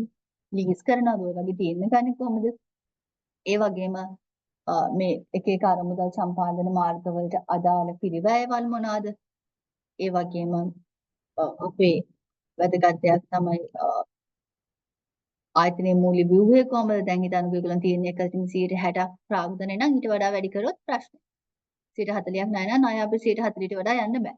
ඒ වගේ ඒ ගැන දැනගෙන ඉන්න ඕනේ. එතකොට අපේ අපේක්ෂිත ප්‍රතිලාභ අනුපාතය මොකක්ද? ආයතනයේ ලාභාංශ පිරිවැය ආයතනයේ ලාභාංශ ප්‍රතිපත්තිය මොකක්ද? ඒ වගේම අපිට බිස්නස් එක සුමටව කරගෙන යන්න අවශ්‍ය වෙන මුදල් ශේෂය කොච්චරක්ද? අපි ණය දෙන්න ඕනේ කාටද? ආයතනයේ ආයෝජනය තොගවල ආයෝජනය කාණුන මුදල් ප්‍රමාණය ඔය වගේ දේවල්. සමස්තයක් විශේෂ ආයතනයේ මූලික කටයුතු කොහොමද පාලනය කරන්න ඕනේ කියන එක ගැන තීරණ ගන්න හැම වෙලේම ආයතනයේ අයිතිකරුවා. පැහැදිලිද? එතකොට මෙන්න ඔන්න දැන් මම ඔයගලන්ට කියලා දුන්නා ආයතනයේ මූල්‍ය කළමනාකරු උත්තර දෙන්න ඕන ප්‍රශ්න මොනවාද කියලා. එයාට නිතරම එන ප්‍රශ්න මොනවාද කියලා. එතකොට මේ පැන නගින ඔක්කොම ප්‍රශ්න සැලකිල්ලට අරගෙන අපිට මූල්‍ය කළමනාකරණයේ විෂය පත්‍රය කොටස් 3කට නිකම් බෙදලා පෙන්වන්න පුළුවන්. පළවෙනි එක තමයි ඒ ටික අපිට සමරයිස් කරන්න පුළුවන්. නිකම් පළවෙනි එක තමයි මූල්‍ය විශ්ලේෂණ. එයා මූල්‍ය විශ්ලේෂණය කරන්න ඕනේ, සැලසුම් කරන්න ඕනේ, සහ පාලනය කරන්න ඕනේ. අපි ඉංග්‍රීසියෙන් කියනවා financial analysis, planning and controlling කියලා. පැහැදිලිද? ඒකට මූල්‍ය කළමනාකරු විශ්ලේෂණය කරලා සැලසුම් කරලා පාලනය කරනවා. එතකොට ඒ යටතට අපිට ගන්න පුළුවන් එයා ආයතනයේ මූල්‍ය තත්ත්වය කොහොමද තියෙන්න ඕනේ සැලසුම් කරලා. ඊළඟට මුලින්ම විශ්ලේෂණය කරනවා. පස්සේ තමන්ට ඕන තත්ත්වය මොකද්ද කියන එක ගැන සැලසුම් ඇති කරනවා. ඊපස්සේ ඒකට ක්‍රියාමාර්ග අරගෙන ඒක පාලනයකින් පවත්වාගෙන යාම එයා කරන්න ඕනේ. එතකොට මූල්‍ය තත්ත්වය පිළිබඳව එයා විශ්ලේෂණය කරලා ඒක සැලසුම් කරන්න ඕනේ. ඒ වගේම එයා ලාභය සැලසුම් කරන්න ඕනේ. ගොඩක් වෙලාවට මූල්‍ය කළමනාකරණය අපි තීරණය ගන්න ළම අපිට අනාගතයේදී ලැබෙන මුදල් ප්‍රවාහ, මුදල් එන යන විදිය, සල්ලි එන යන විදිය කඩේ දිහා බලනවා. ඒ විතරක් නෙවෙයි සමහර තීරණ වලට අපිට ලාභයක් ලැබෙනවා. ඔගොල්ලෝ දන්නවා ඔගොල්ලෝ ගිණුම් කරන්නේ හදාරපු සිසුන් විදිහට මුදල් පදනමයි උපජිත පදනමයි කියලා දෙකක්. ඒකට මුදල් පදනම කියන්නේ මුදල් එන යන විදිය. උපජිත පදනම කියන්නේ අපි ගිණුම් කරන වලට අනුව ලාභය ගන්න කරන විදිය. ඒකට ඒකට ගොඩක් වෙලාවට මුදල් නොවන ආදායම් වියදම් අපි ගලපනවා. එතකොට මූල්‍ය කළමනාකරු විසින් මේ ලාභයත් සැලසුම් කරන්න ඕනේ. පැහැදිලිද? මුදල්ම විතරක් බලලා වැඩක් නැහැ. ලාභය ගැනත් ඔහු සැලසුම් කරන්න ඕනේ. ඒ වගේම මූල්‍ය කළමනාකරු කර යුතු ඉතාමත් වැදගත් දෙයක් තමයි ළමයි මූල්‍ය පුරෝකථනය කිරීම. එයා ෆෝකාස්ට් ගන්න පුළුවන් වෙන්න. මෙන්න මේ දේ කරොත් මේකින් අපිට අනාගතයේදී ලැබෙන මුදල් ප්‍රවාහ කොච්චරද? අපිට මුදල් ප්‍රවාහ කොච්චරක් ගලාගෙන එනවද? අපේ මුදල් ප්‍රවාහ කොච්චරක් එළියට ගලාගෙන යනවද? පැහැදිලිද? එතකොට ඔය වගේ තීරණ එයා ගන්න ඕන. මූල්‍ය පුරෝකථනය කරන්න ඕන. ඒ වගේම පාලනය කරන්න ඕන. කන්ට්‍රෝල් එකක් ඇක්ටිව කරගෙන යන්න ඕනේ. කන්ට්‍රෝල් එකෙන් පිට ගියොත් මොකද වෙන්නේ? ආයතනය කඩාගෙන වැටෙනවා. මූල්‍ය පාලනය ඉතාමත් වැදගත්. මූල්‍ය විනය ඉතාමත් වැදගත්. දිගු කාලයක් ආයතනයේ කර්මාන්තයක් තුළ රැඳී ඉන්න. දැන් අපේ රටට උනේ මූල්‍ය විනය නැතිකම නිසා අපි ගුණවත් භාවයට පත් වෙනවා. බංකොලොත් වුණා කියන්නේ ඒ කියන්නේ අපි ණය ගෙවන්නේ නැහැ කියන්නේ අපි ගුණවත් වෙනවා කියන්නේ. අපි ගුණවත් භාවයට පත් වෙලා තියෙනවා. එතකොට ඒක හොඳ දෙයක් නෙමෙයි. ඒ නිසා මූල්‍ය විශ්ලේෂණය හා සැලසුම් කිරීම ඉතාමත් වැදගත්. මේ යටතේ මූල්‍ය තත්ත්වය මූල්‍ය විශ්ලේෂණය කිරීම, ලාභ සැලසුම් කිරීම, මූල්‍ය පුරෝකථනය, මූල්‍ය පාලනය කියන කරුණු තියෙනවා. දෙවෙනි එක තමයි ආයෝජන කටයුතු. ආයෝජන කටයුතු කියලා කියන්නේ ළමයි එයා කොහොමද අපි ආයෝජනය කරන්නේ? ආයෝජනය කළා අපි අරමුදල් රැස් කර ගන්න ඕනේ කොහොමද කියන එක තමයි මෙතනදී කතා කරන්නේ. එතකොට කාරක ප්‍රාග්ධන කළමනාකරණය, ප්‍රාග්ධන අයවැයකරණය, ප්‍රාග්ධන අයවැයකරණය කියන්නේ අපි දිගු කාලීන ව්‍යාපෘතිවල කොහොමද මුදල් යොදවන්නේ කියන එක ගැන. ඒ වගේම අපේ ඒකාබද්ධ කිරීම, ඒ කියන්නේ සමාගමක් තව සමාගමක් එක්ක එකතු වෙන විදිය, ආයතනයේ ප්‍රතිසංවිධානය කිරීම, දැනට ඉන්න සමාගමකින් ඉවත් වීම, ඔය වගේ තියෙන ගන්නට අපි ආයෝජන කටයුතු යටතේ කතා කරනවා. පැහැදිලිද? එතකොට ආයෝජන කටයුතු යටතේ අපිට එයාගේ විෂය පදය නම් කරන්න පුළුවන්. කාරක ප්‍රාග්ධන කළමනාකරණය, ප්‍රාග්ධන අයවැයකරණය, ඒකාබද්ධ කිරීම සහ ප්‍රතිසංවිධානය කිරීම සහ ඉවත් කිරීම ගැන. අවසාන එක තමයි එයාගේ මූල්‍යණය කටයුතු. financial activities. ඒ කියන්නේ මූල්‍ය කළමනාකරු කරන්න ඕන තවත් විශේෂ දෙයක් තමයි එයා මූල්‍ය මාර්ග හඳුනා ගන්න ඕනේ. අපිට අරමුදල් රැස් කර ගන්න පුළුවන් විවිධ මාර්ග මොනවද හඳුනා ගන්න. පැහැදිලිද? එතකොට ඒවට අනුව ඒගොල්ලෝ තීරණය ගන්න ඕනේ. පැහැදිලිද? එතකොට මෙයා හැම වෙලෙම අරමුදල් ආයතනය ඇතු කරගෙන තියාගන්න ඕනේ. දැන් සල්ලි හදිස්සි වෙච්ච ගමන් අයක් කර ගන්නවා වගේ නෙමෙයි ආයතනය ඇතුලේ විවිධ දේවල් වලට අරමුදල් ඇති කරගෙන ඉන්නවා. දැන් අපිට මොකක් හරි දෙයකට ගෙවන්න ඕන. අපි කරපු ණය කර නිදහස් කරගන්න ඕන නම් ලබන අවුරුද්දේ ඒක නිකුත් කරපු දවසේ ඉඳන්ම එයා ඒකට අරමුදලක් හදාගෙන ටික ටික සල්ලි එකතු කරලා ඒ අරමුදලේ ගොඩනගා ගන්න ඕන. එතකොට ඒ ණය කර නිදහස් කරන දවසේ කිසිම අතිරික්ත බරක් නැතුව ආයතනයේදී නිදහස් කරලා ඉන්න පුළුවන්. මට විනාඩියක් දෙන්න.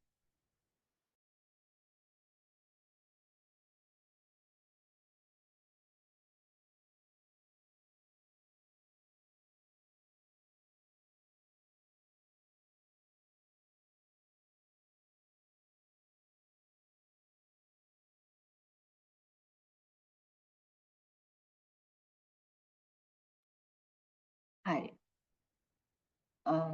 එතකොට මූල්‍ය කටයුතු ගැන තීරණ ගැනීම සිද්ධ වෙනවා. ඒ වගේම අරමුදල් රැස් කරගන්න ඕන දැන් මම කතා කරලා හිටියේ. ඒ වගේම තමයි උපයාගත් ලාභාංශ විදිහට බෙදා හරිනවද නැද්ද කියලා ගන්න තීරණයත් අපිට මේ මූල්‍ය කටයුතු සම්බන්ධ තීරණයක් විදිහට නම් කරගන්න පුළුවන්. පැහැදිලිද? එතකොට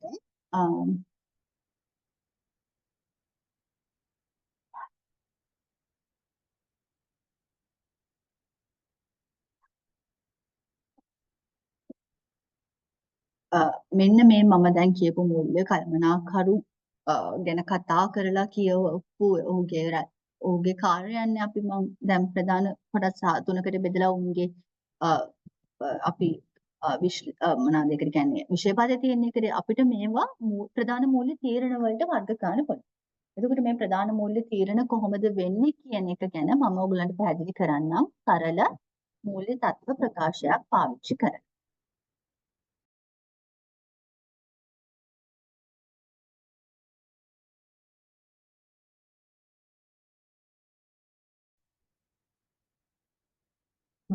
ඉතාමත් සරල මූල්‍ය තත්ත්ව ප්‍රකාශයක් මගින් ඔබට පැහැදිලි කරන්න පුළුවන් මේ ප්‍රධාන මූල්‍ය කළමනාකරන තීරණ කිහිපයක්.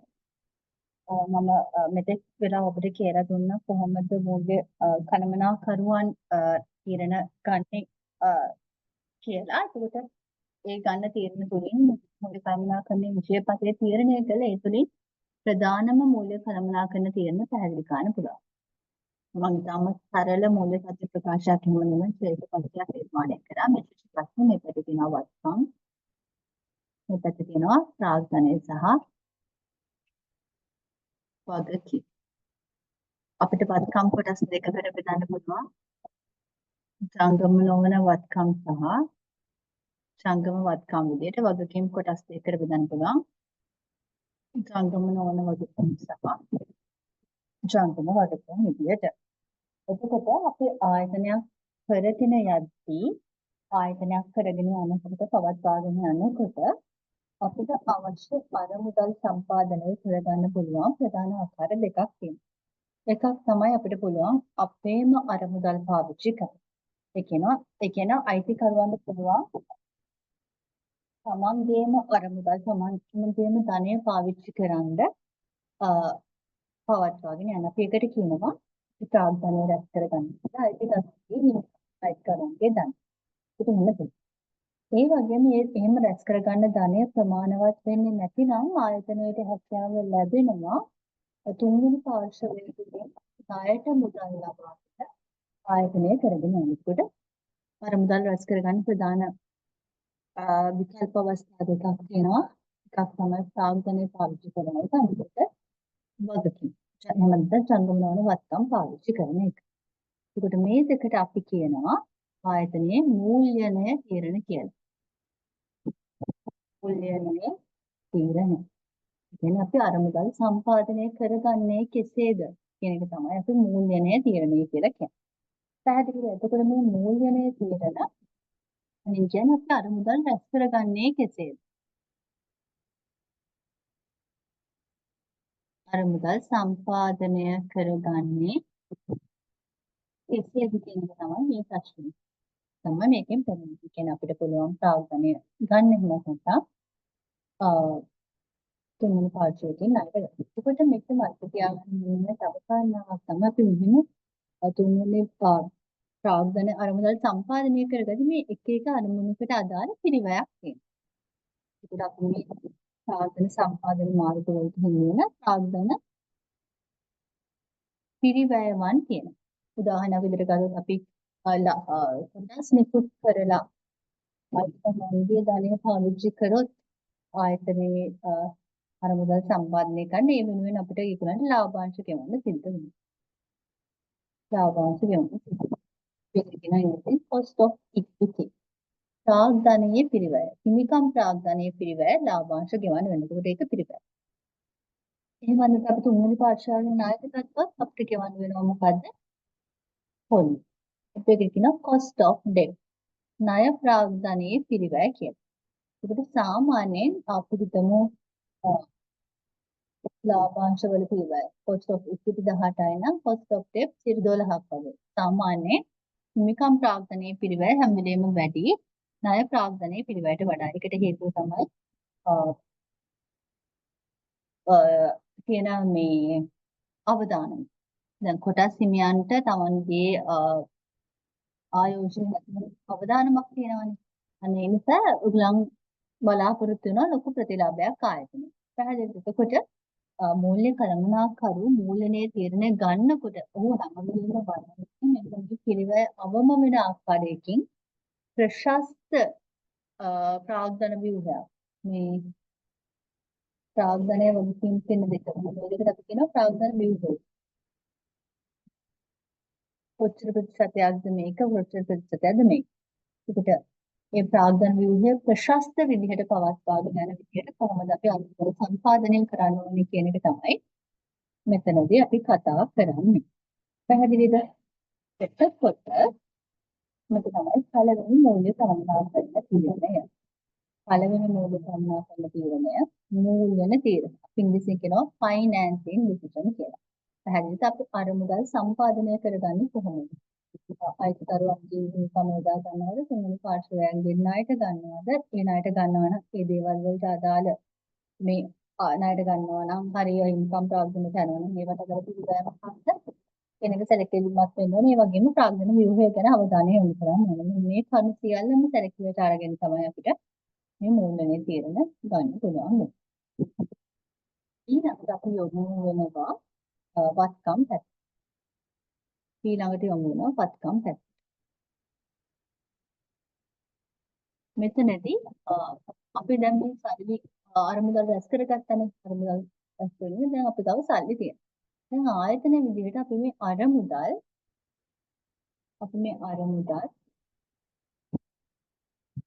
ආයෝජනය කරන්න ඕනේ විවිධ ව්‍යාපෘති වල. ආයෝජනය කරන්න ඕනේ විවිධ ව්‍යාපෘති වල. අපි මේකට කියනවා ආයෝජන තීරණ. ඉතින් දෙවන වැදගත් තීරණ තමයි ආයෝජන තීරණ.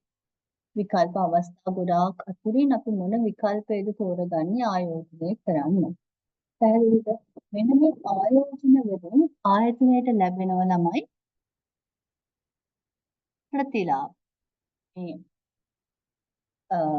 ආයෝජනය කරද්දී මේ ආයෝජන වලින් අපේ ආයතනයට ලැබෙනවා ප්‍රතිලාභ.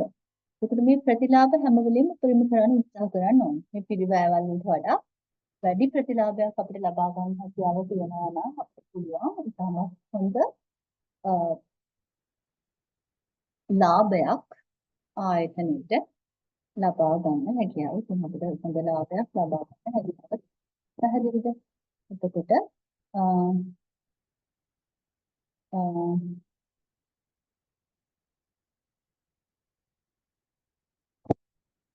අපි මුදල යොදවනවා විවිධ දේවල් වලට යොදවලා අපි ඒවා ආයෝජනය කරලා උපරිම ප්‍රතිලාභයක් ලබා ගන්න ඕනේ. ඒක කෙනෙකුට ආයෝජන කරනවා.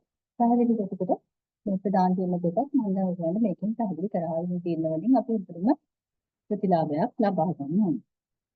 ඊළඟට තුන්වෙනි තීරණය තමයි කාරක ප්‍රාග්ධන තීරණ.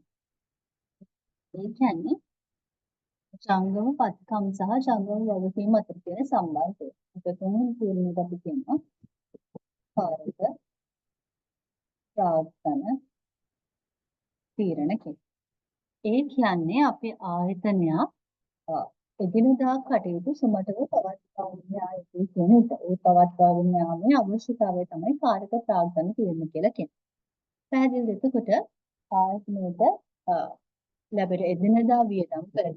ඉතින් අපිට අපේ සැපයුම් කරුවන්ට මුදල් ගෙවන්න අවශ්‍ය වෙනවා. ඒකට ඒ අවශ්‍ය මුදල් අපි ලබා ගන්න ඕනේ අපේ භාණ්ඩ විකුණලා අපේ ගැනුම් කරුවන්ගෙන් අපිට මුදල් අය කරගෙන කොහොම හරි ඒ ණයට නම් විකුණන ණය ගෙතියන්ගෙන් මුදල් ලබාගෙන අන්න ඒව පාවිච්චි කරලා මේ ණය හිමියන්ට මුදල් ගෙවන්න උත්සාහ කරන්න ඕනේ. එතකොට අපේ ජංගම වත්කම් වලින් ජංගම වගකීම් කවර් වෙනවා. ආවරණය වෙනවා. දැන් හිතන්නකෝ අපේ ජංගම වත්කම් ප්‍රමාණවත් නැහැ මේ ජංගම වගකීම් පියවන්න. අපි මෙයාට සල්ලි ගෙවනවා අපි ගාව සල්ලි නැහැ අපේ. සල්ලි ඉල්ල ගන්නත් බෑ මුතු පාන විදියක් නැහැ. එහෙම වුණොත් අපි මේක ගෙවන්න ඕන නිසා අපිට මොකද සිද්ධ වෙන්නේ? අපිට සිද්ධ වෙනවා අපේ ජංගම නොවන වගකීමක් උපලබ්ධි කරගන්න. වගකීමක් විකුණලා හරි එහෙම කළා අර මුදල් හොයන්න. එතකොට අපි මොකද කරන්නේ අපේ ජංගම නොවන වගකීමක් වත්කමක් විකුණුවහම අපිට අනාගතයේදී ප්‍රතිලාභ ලැබෙන්න තිබ්බ අවස්ථාවක් අපි නැති කර ගන්න. ඒක හොඳ දෙයක් නෙවෙයි. පැහැදිලිද? එතකොට මේ මෙහෙම අපේ ජංගම වත්කම් ජංගම වගකීම් ගෙවන්න ප්‍රමාණවත් නැහැ කියන්නේ ආයතනයේ ද්‍රවශීලතා ගැටලු තියෙනවා. එතකොට මේ ද්‍රවශීලතා ගැටලු කියන්නේ හොඳ දේවල් නෙවෙයි. ඒක දිගු කාලයක් මේ ද්‍රවශීලතා ගැටලු තියෙද්දී අපේ අනාගතයේදී අපි ගුණවත් භාවයට පත් වෙනවා. අපේ වත්කම් අපිට ප්‍රමාණවත් නැතුව අපේ ණය වැඩි වෙලා අපි අනාගතයේදී ගුණවත් භාවයට පත් වෙන්න පුළුවන්. ඒ නිසා සාමාන්‍ය ජීවිතයේදීත් අපි හැමදාම උත්සාහ කරන්න ඕනේ අපේ එදිනදා වේදම් කරන්න අපේ එදිනදා උපයන මුදලෙම පාවිච්චි කරන්න. එහෙම නැත්නම් අපිට සිද්ධ වෙනවා අපේ තියෙන වත්කම් විකුණලා අපේ එදිනදා වේදම් කරගෙන යන හරියටම අපේ රටවල්. රටට වෙලා තියෙන කේතන. ඔය වේදම් කරගෙන යන සමන නිසා අපේ වත්කම් පිටරටට විකුණා නැත්නම් නැත්නම් පිටරටින් ණය ගන්න සිද්ධ වෙනවා අපේ එදිනදා වේදම් කවර් කරගන්න. පැහැදිලිද? එතකොට ජංගම වත්කම් සහ ජංගම වගකීම් අතර පාලනය කාර්ක ප්‍රාග්ධන කළමනාකරණය ඉතාමත් වැදගත් ආයතනයකට. ඇයි මේක වැදගත් වෙන්නේ?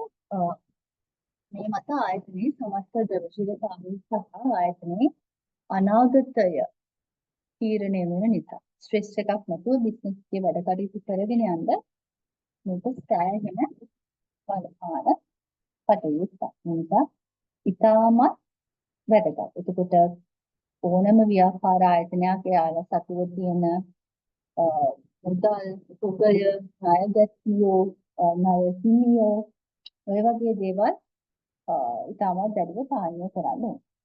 එතකොට මේ කාර්යක ප්‍රාග්ධන හඳුනාගන්නේදී ළමයි ලාභදායීත්වයයි ද්‍රවශීලතාවයයි කියන දෙක අපිට බැලන්ස් කරන්න සිද්ධ වෙනවා. ඒ කියන්නේ කාර්යක ප්‍රාග්ධන කළමනාකරණය කරද්දී අපි දැන් හිතන්නකෝ අපේ එක ආයතනයක් Tamanට අවශ්‍ය මට්ටමට වඩා වැඩියෙන් අපේ තොග තියාගෙන ඉන්නවා. ඒ කියන්නේ අපිට ඕන ප්‍රමාණයට වැඩියෙන් තොග තියාගෙන ඉන්නවා. එතකොට මොකද වෙන්නේ? අපේ ආයතනයේ ද්‍රවශීලතාවය වැඩි. අපේ ජංගම වගකීම් සෙටල් කරගන්න අපිට මේ තොගේ විතර හරි සල්ලි පාවිච්චි කරන්න හැබැයි අපි අනවශ්‍ය විදිහට තොග තියන් හිටියොත් එතන ගොඩක් පැනලා තියෙනවා අපේ ණය හිමි. ඒ වගේම තමයි අපි කොහේ හරි ආයෝජනය කරලා අපිට අරමුණ ලබා ගන්නට අවස්ථාවක් නැති කර. එන් ජංගම නොවන වත්කම් වලට දාන්න තිබු ප්‍රමාණයක් අපේ ජංගම වත්කම් ඇතුලේ හිර කරගෙන ඉන්නවා. ඒක හොඳ දෙයක් නෙමෙයි. තේරුණාද? එතකොට එහෙම කරන්න හොඳ නෑ. ඒක අපි ප්‍රශස්ත විදිහට මේක පාලනය කරන්න ඕනේ. ඒකට අපි ලාභදායීත්වය ගැන හිතලා ගොඩාක්ම ජංගම නොවන වත්කම් වල ආයෝජනය කරලා ජංගම වත්කම් අඩුම කරොත් ඒක හරියන්නේ නැහැ. ඒකට අපිට ඉගෙනදා දේවල් ස්මූති කරගන්න බැහැ. ද්‍රවශීලතාවය තියාගන්න ඕන කියලා ගොඩාක් ජංගම වත්කම් වලට දාලා ජංගම නොවන වත්කම් අඩු කරොත් ඒක ලාභදායීත්වයට අර්ජනයට ලක්. ඒ නිසා මෙන්න මේ සංකල්ප දෙක මනාව අපි බැලන්ස් කරගන්න ඕනේ. සමතලින් අපි බැලන්ස් කරගන්න ඕනේ. පැහැදිලිද? එතකොට මේ ලාභදායීත්වයේ දෞශිලතාවය. නැත්නම් අපිට බිස්නස් නැත්නම් දෙක හොඳට බැලන්ස් වෙන විදිහට අපි මේ තීරණ ගන්න ඕනේ. පැහැදිලිද? එතකොට මම දැන් ප්‍රධාන තීරණ තුනක් කිව්වා. මූල්‍යනීය තීරණ, ආයෝජන තීරණ සහ කාර්යක ප්‍රාග්ධන තීරණ. එතකොට මූල්‍යනීය තීරණ ගැන අපි කිව්වොත් එතකොට සරලව මූල්‍යනීය තීරණය කියන්නේ ආයතනයේ ආයෝජන අවස්ථාවන් මූල්‍යනීය කිරීම සඳහා අවශ්‍ය අරමුදල් කවදා කොහොම කෙසේ අපි ලබා ගන්න ඕනේද කියන එක ගැන. හරිද? එතකොට අපිට දිගු කාලීන ප්‍රාග්ධන විවිධ විදිහට අපිට මූල්‍ය මාර්ගයන් විවිධ දේවල් පාවිච්චි කරන්න පුළුවන්. එතකොට පොදු සමාගමක් නම් අපිට සාමාන්‍ය කොටස්, වන්‍ය කොටස්, ණයකර, බැඳුම් කර, දීර්ඝකාලීන බැංකු ණය ඕන වගේ දේවල් අපිට තියෙනවා. ඒක උදාහරණයක් විදිහට අපි දීර්ඝකාලීන වත්කම් මිලදී ගද්දී අරමුදල් සම්පාදන මාර්ගයක් විදිහට අපිට හිමිකම් කොටස් නිකුත් කරනවද, ණයකර නිකුත් කරනවද, නැත්නම් බැංකු ණයක් ගන්නවද කියලා තීරණය කරන්න ඕන. පැහැදිලිද? එතකොට ආයතනයකට සුදුසු ප්‍රාග්ධන ව්‍යුහයන් සැලසුම් කරලා ඒවා පවත්වාගෙන යන එක මූල්‍ය කළමනාකරුගේ ප්‍රධානම වගකීමක්. එතකොට සුදුසු ප්‍රාග්ධන ව්‍යුහයක් කියලා අපි මෙතනදී කියන්නේ ප්‍රශස්ත ප්‍රාග්ධන ව්‍යුහයක්. මම කියවනේ අපේ බැලන්ස් එක කොහොමද අපේ ප්‍රාග්ධන කියන්නේ වගකීම් වලට කොච්චර තියෙනවද? මේ ව්‍යුහය සැලසුම් කරද්දී ආයතනයේ මූල්‍ය කළමනාකරු හැම වෙලෙම බලන්න ඕනේ මූල්‍ය අවදානම, පිරිවැය, පාලනය, නම්‍යතාවය, මේ තත්ත්වයන් දේවල් සැලසුම් කිරීම තමයි එයා මේ මූල්‍ය මිශ්‍රය එහෙම නැත්නම් ප්‍රාග්ධනයේ හිමිකම් ප්‍රාග්ධනයට යනවාද වගකීම් මොනවද කියන එක තීරණය කරනවා. ඊළඟට අපි ගත්තොත් ආයෝජන තීරණ. විදුකාලීන ආයෝජන තීරණ කියන්නේ විවිධ මූල්‍ය මාර්ග ඔස්සේ අපි එක්රැස් කරගන්න අරමුදල් ආයතනයේ දිගු කාලීන එහෙම නැත්නම් ස්ථාවර වත්කමකට ආයෝජනය කිරීම හා බැඳිච්ච තීරණ තමයි අපි ගන්න. එතකොට උදාහරණයක් විදිහට අපි ගත්තොත් අයුත් නිෂ්පාදනයක් අපේ නිෂ්පාදන ආයතනයේට ඒකේ නිෂ්පාදන කටයුතු කරගෙන යන්න ඕනේ අපිට අලුත් යන්ත්‍රයක් මිලදී ගන්න ඕනේ. ඒ වගේ දේවල්. එතකොට මේ දිගුකාලීන ආයෝජන තීරණ ගනිද්දී අපි ආයෝජනය තුළින් අනාගතයේදී ව්‍යාපාරයට ලබා දෙන මුදල් ප්‍රවාහයන් කොච්චරද කියන එක ගැන පුරෝකථනය කරන්න ඕනේ. මේ අනාගත මුදල් ප්‍රවාහයන් ආයෝජනය කරන ආයතනයේ අපේක්ෂා කරන ප්‍රතිලාභ අනුපාතය අපි වට්ටම් කරන මුදලේ කාලාගය එහෙම නැත්නම් මුදලේ කාලාගය සැලකිල්ල ගන්න වර්තමාන අගය ගණනය කරලා බොහෝ දුරට අපි හොඳම විකල්පය තෝරා ගන්න. ඒක මේ ආයෝජන තීරණ ආයතනයකට ගොඩක් වැදගත්. මම ඔබට ඊළඟට කියලා දෙන්න යන්නේ හතරවෙනි මූල්‍ය තීරණය මූල්‍ය කර්මයන් තීරණ ලාභාංශ තීරණ. ලාභාංශ තීරණ කියන්නේ ළමයි දැන් අපි ආයතනයක් ගත්තොත් ආයතනයේ උපයන ගන්න ලාභය අපි දැන් සාමාන්‍යයෙන් මේක ප්‍රාග්ධනයට එකතු කරනවානේ ලාභය ප්‍රාග්ධනයට එකතු කරනවා. මේ ලාභේ කාටද අයිතිකරුවන්ට. ඒකට ආයතනයට පුළුවන් තීරණයක් ගන්න මේ ලාභයට ඉක්ම මොකද කරන්නේ? ඊළඟට පුළුවන් කැමතිනම් මේ ලාභය රඳවාගත් ලාභ විදිහට ආයතනය තුළ තියාගන්න. එහෙම නැත්නම් වුණ පුළුවන් මේ ලාභය ලාභාංශ විදිහට බෙදා හරින්න. මම අර කලින් සඳහන් කරා වගේ අපි රඳවාගත් ලාභය විදිහට තියාගත්තොත් යාලට පුළුවන් මේ අරමුදල් පාවිච්චි කරන්න ආයතනයේ අනාගත වර්ධන අවස්ථාවන් සඳහා. අනාගතයේ දියුණු කරන්න වර්ධනය කරන්න ඔවුන්ට මේ ලාභාංශ තීරණ පාවිච්චි කරන්න පුළුවන්. පැහැදිලිද? එතකොට මේ ලාභාංශ තීරණ ඒ වගේ අපි පාවිච්චි කරනකොට දැන් රඳවාගත් ලාභ පාවිච්චි කරාම අපි අතිරේක කියන්නේ එළියෙන් සල්ලි ගන්න අවශ්‍ය නැහැ. ආයතන ඇතුළෙන්ම සල්ලි එකතු වෙලා ඉස්සරහට චෙක් කරලා අපිට රිටර්න් එකක් ගන්න. ඒ වගේම ආයතනයේ සමහර ආයෝජකයන් කොටස් කරුවන් බලාපොරොත්තු වෙනවා ලාභාංශ. එතකොට ආයතනයකට මම ඉස්සරහට වර්ධනය වෙන්න ඕනේ කියන අරමුණෙන් විතරක් එයාලගේ මුළු ලාභයම හිර කරගෙන ඉන්න බෑ. වුන් කරන්න ඕනේ මේ ලාභයෙන් කොටසක් ලාභාංශ විදිහට බෙදා හරින්න අවශ්‍යයි. තේරුණාද? මේ ලාභයෙන් කොටසක් ලාභාංශ විදිහට බෙදා හරින්න අවශ්‍ය වෙනවා. එතකොට මේ විදිහට බෙදා හරින්නේ කොච්චර ප්‍රතිශතයක් කොච්චර ප්‍රමාණයක්ද අපි ලාභාංශ විදිහට ලාභාංශ බෙදා හරිනවද? අන්න ඔය තීරණය ගන්න එක ඉතාමත් වැදගත්. ඒක තමයි හතරවෙනි මූල්‍ය කළමනාකරණ තීරණේ ලාභාංශ තීරණය. සාමාන්‍යයෙන් ළමයි මූල්‍ය කළමනාකරණයේදී විවිධ මූල්‍ය කළමනාකරණයේදී විවිධ දැන් පරීක්ෂකයෝ විවිධ මහාචාර්යවරු විවිධ පොත්වල විවිධ අදහස් ප්‍රකාශ කරලා තියෙනවා. එතකොට සමහර මූල්‍ය කළමනාකරණ පොත්වල තියෙන්නේ මූල්‍ය කළමනාකරණ තුන ප්‍රධාන තියෙන තුනයි මූල්‍යන තියෙන ආයෝජන තියෙන දා කාරක ප්‍රාග්ධන තියෙනවා. සමහර පොත්වල මේ තියෙන හතරම තියෙනවා. ඒ කියන්නේ ලාභාංශ තීරණත් එක්ක මූල්‍යනේ තීරණ ආයෝජන තීරණ කාරක ප්‍රාග්ධන තීරණ සහ ලාභාංශ තීරණ. එතකොට මේ හතරම ගොඩක් වැදගත්. හතරම ඉතාමත් වැදගත් මූල්‍ය කළමනාකරණ තීරණ. එතකොට ලාභාංශ තීරණය. එහෙම නැත්නම් ලාභාංශ පිළිබඳ තීරණය කියලා කියන්නේ ව්‍යාපාරයේ මෙහෙයුම් කටයුතු වලින් නිදුල උපයන ආදායම ව්‍යාපාරයේ අයිතිකරුවන්ට මුළුමනින්ම බෙදනවා. එහෙම කරන්නේ නැත්නම් කොටසක් බෙදා හැරලා කොටසක් රඳව ගන්නවාද කියලා තීරණය කරන එක. එතකොට අපි මේ ලාභාංශ ප්‍රකාශ කරන ප්‍රමාණයට අපි කියනවා dividend payout ratio කියලා. එතකොට මේකෙදි ලාභාංශ අපි රඳවා ගන්න අනුපාතය අනුව අපිට පුළුවන් අපි කොච්චර රඳවා ගන්නවද කියන අනුව ලාභාංශ බෙදන අනුපාතය තීරණය කරන්න. එතකොට ඒ තුنين අපි බලනවා ආයතනයේ ප්‍රධානම මූල්‍ය කළමනාකරන ආරම්භ ඉෂ්ට කරගන්න පුළුවන් වෙන්නේ කොහොමද කියලා. දැන් ළමයි මේ අපි කියන තීරණ හතරම අපි ගන්න ඕනේ මූල්‍ය කළමනාකරන අරමුණු ඉෂ්ට වෙන විදිහට. ආයතනයේ ප්‍රධානම මූල්‍ය කළමනාකරන අරමුණ මොකද්ද? අයිතිකරුවන්ගේ ධනය උපරිම කිරීම. දැන් මම මෙහෙම අයිතිකරුවන්ගේ ධනය උපරිම කිරීම කිව්වට දැන් හිතන්නකෝ ඕගොල්ලෝ තමයි ඕගොල්ලෝ ආයෝජකේ මගේ ආයතනය. එතකොට ඕගොල්ලෝගේ තියෙන ධනය උපරිම කිරීමනේ මගේ මූල්‍ය ප්‍රධාන මූල්‍ය කළමනාකරන අරමුණ. හැබැයි ඕගොල්ලන්ගේ තියෙන වත්කම් වලට මට තියෙන ඇක්සස් මට ළඟා වෙන්න පුළුවන්. බෑ.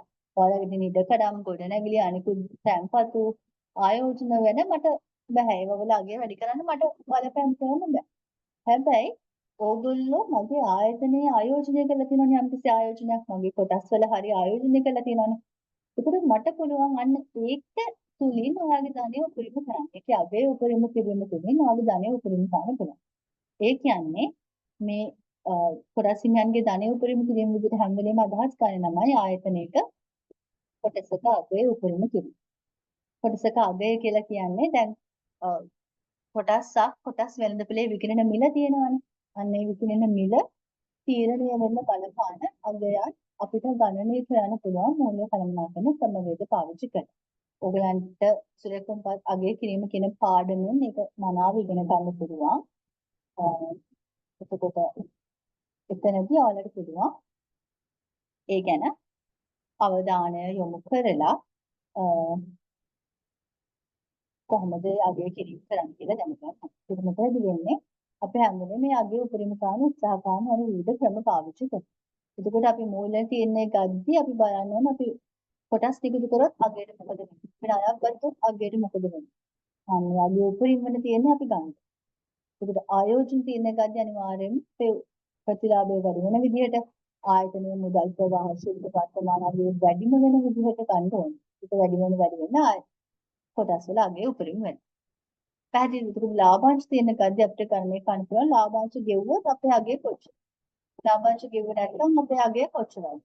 ඒ අනුව අපිට කියන්න පුළුවන් කොටස් ඉන්නත් අපේ අරමුණ ඔයගලගේ අර්ථානේ උපරිම කිරීම. මොකද ඒකට ළඟා වෙන්න මම මේ මත පදනම් වෙලා මේ තීරණය ගන්න.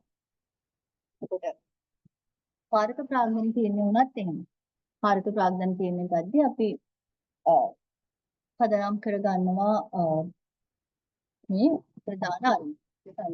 ප්‍රධාන අරමුණ ලාභ උපරිම කිරීම කියන එක අරමුණු කරගෙන තමයි අපි මේ කරන්නේ. පැහැදිලිද? හරි.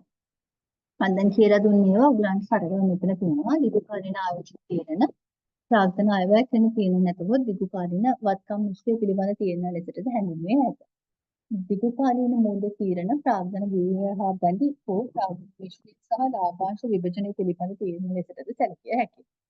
එසේ වුවද මහාචාර්ය අයිඑම් පාණ්ඩේ ලාභාංශ බෙදීම නැතහොත් ලාභාංශ ප්‍රතිපත්ති තීරණය පිළිබඳ වෙනම තීරණයක් ලෙස දක්වා ඇත්තේ මූල්‍ය කළමනාකරණයේදී එහි ඇති වැදගත්කම නිසායි. කෙටි කාලීන ආයෝජන හා මූල්‍ය තීරණ කාරක ප්‍රාග්ධන තීරණ ලෙස සැලකනු ලැබේ. දල කාරක ප්‍රාග්ධනය ලෙස ව්‍යාපාරයේ ආයතනයක ජංගම වත්කම් වල එකතුව සැලකුම්ලට ලබන ගමන අතර ශුද්ධ කාරක ප්‍රාග්ධනය ලෙස ජංගම වත්කම් සහ ජංගම වත්කම් අතර පරතරය හඳුන්වා දෙන්න ලැබුවා. මේක වැදගත් සංකල්පයක්. දැන් මම ඔයගලන්ට කාරක ප්‍රාග්ධනය කියලා කිව්වනේ. ඒක කාරක ප්‍රාග්ධනය අපිට කොටස් දෙකකට බෙදන්න පුළුවන්. දල කාරක ප්‍රාග්ධනය සහ ශුද්ධ කාරක ප්‍රාග්ධනය. දල කාරක ප්‍රාග්ධනය කියන්නේ ජංගම වත්කම් සහ ජංගම වගකීම් අතර තියෙන වෙනස. පැහැදිලිද? ජංගම වත්කම්. දල කාරක ප්‍රාග්ධනය කියන්නේ ළම ජංගම වත්කම් වල එකතු. ශුද්ධ කාරක ප්‍රාග්ධනය කියන්නේ ජංගම වත්කම් වලින් ජංගම වගකීම් අඩු කරාම අපිට කොච්චරක් ඉතුරු වෙනවද කියලා.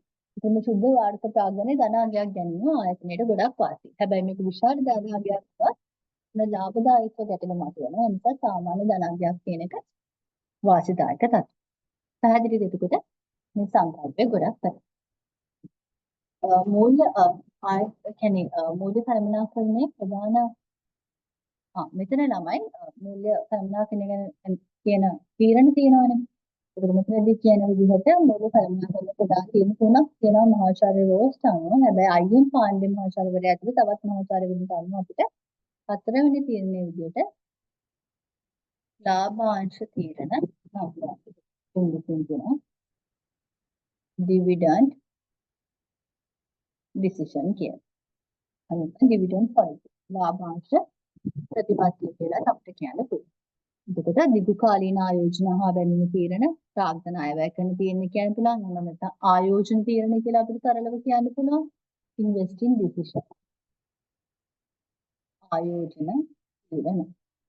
ඒ වගේම ප්‍රාග්ධන ව්‍යුහය හා බැඳී ප්‍රාග්ධන මිශ්‍රය හා බැඳී තීරණ වලට අපි කියනවා මූල්‍යණය තීරණ.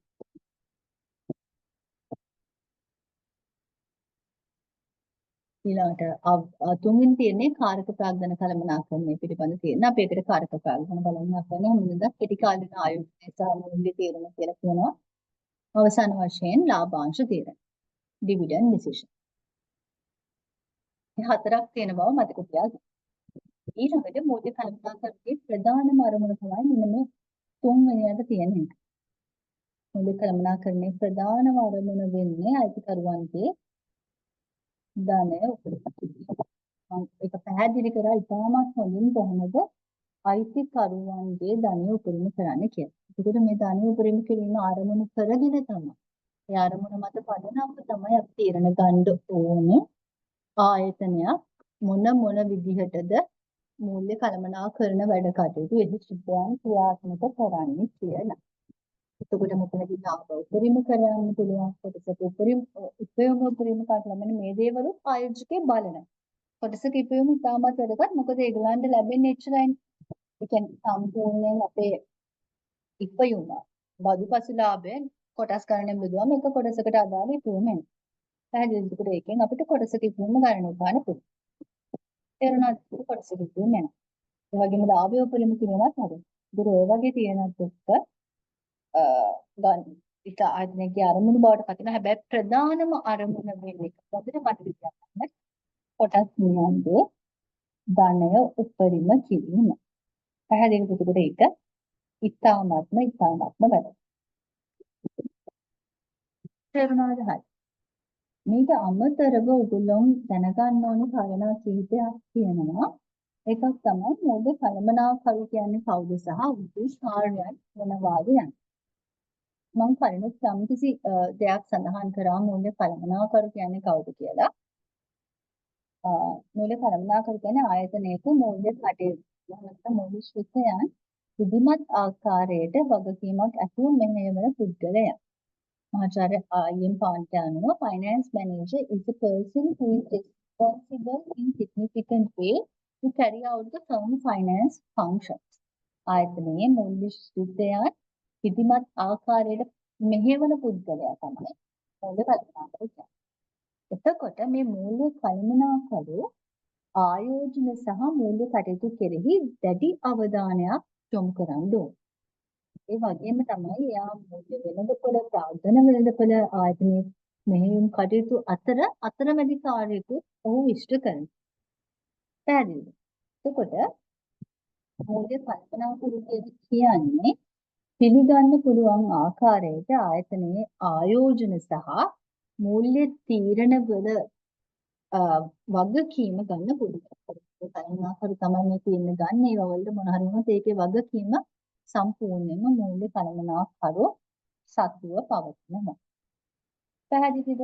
එතකොට සමස්තයක් විදිහට ගත්තොත් මූල්‍ය කළමනාකරුගේ කාර්යයන් අපිට කියන්න පුළුවන් සරලවම එකක් තමයි එයා ආයෝජන කටයුතු වලට අවශ්‍ය අරමුදල් එක මූල්‍ය මාර්ග වලින් එක්ස්ප්‍රෙස් කරගන්න ඕන.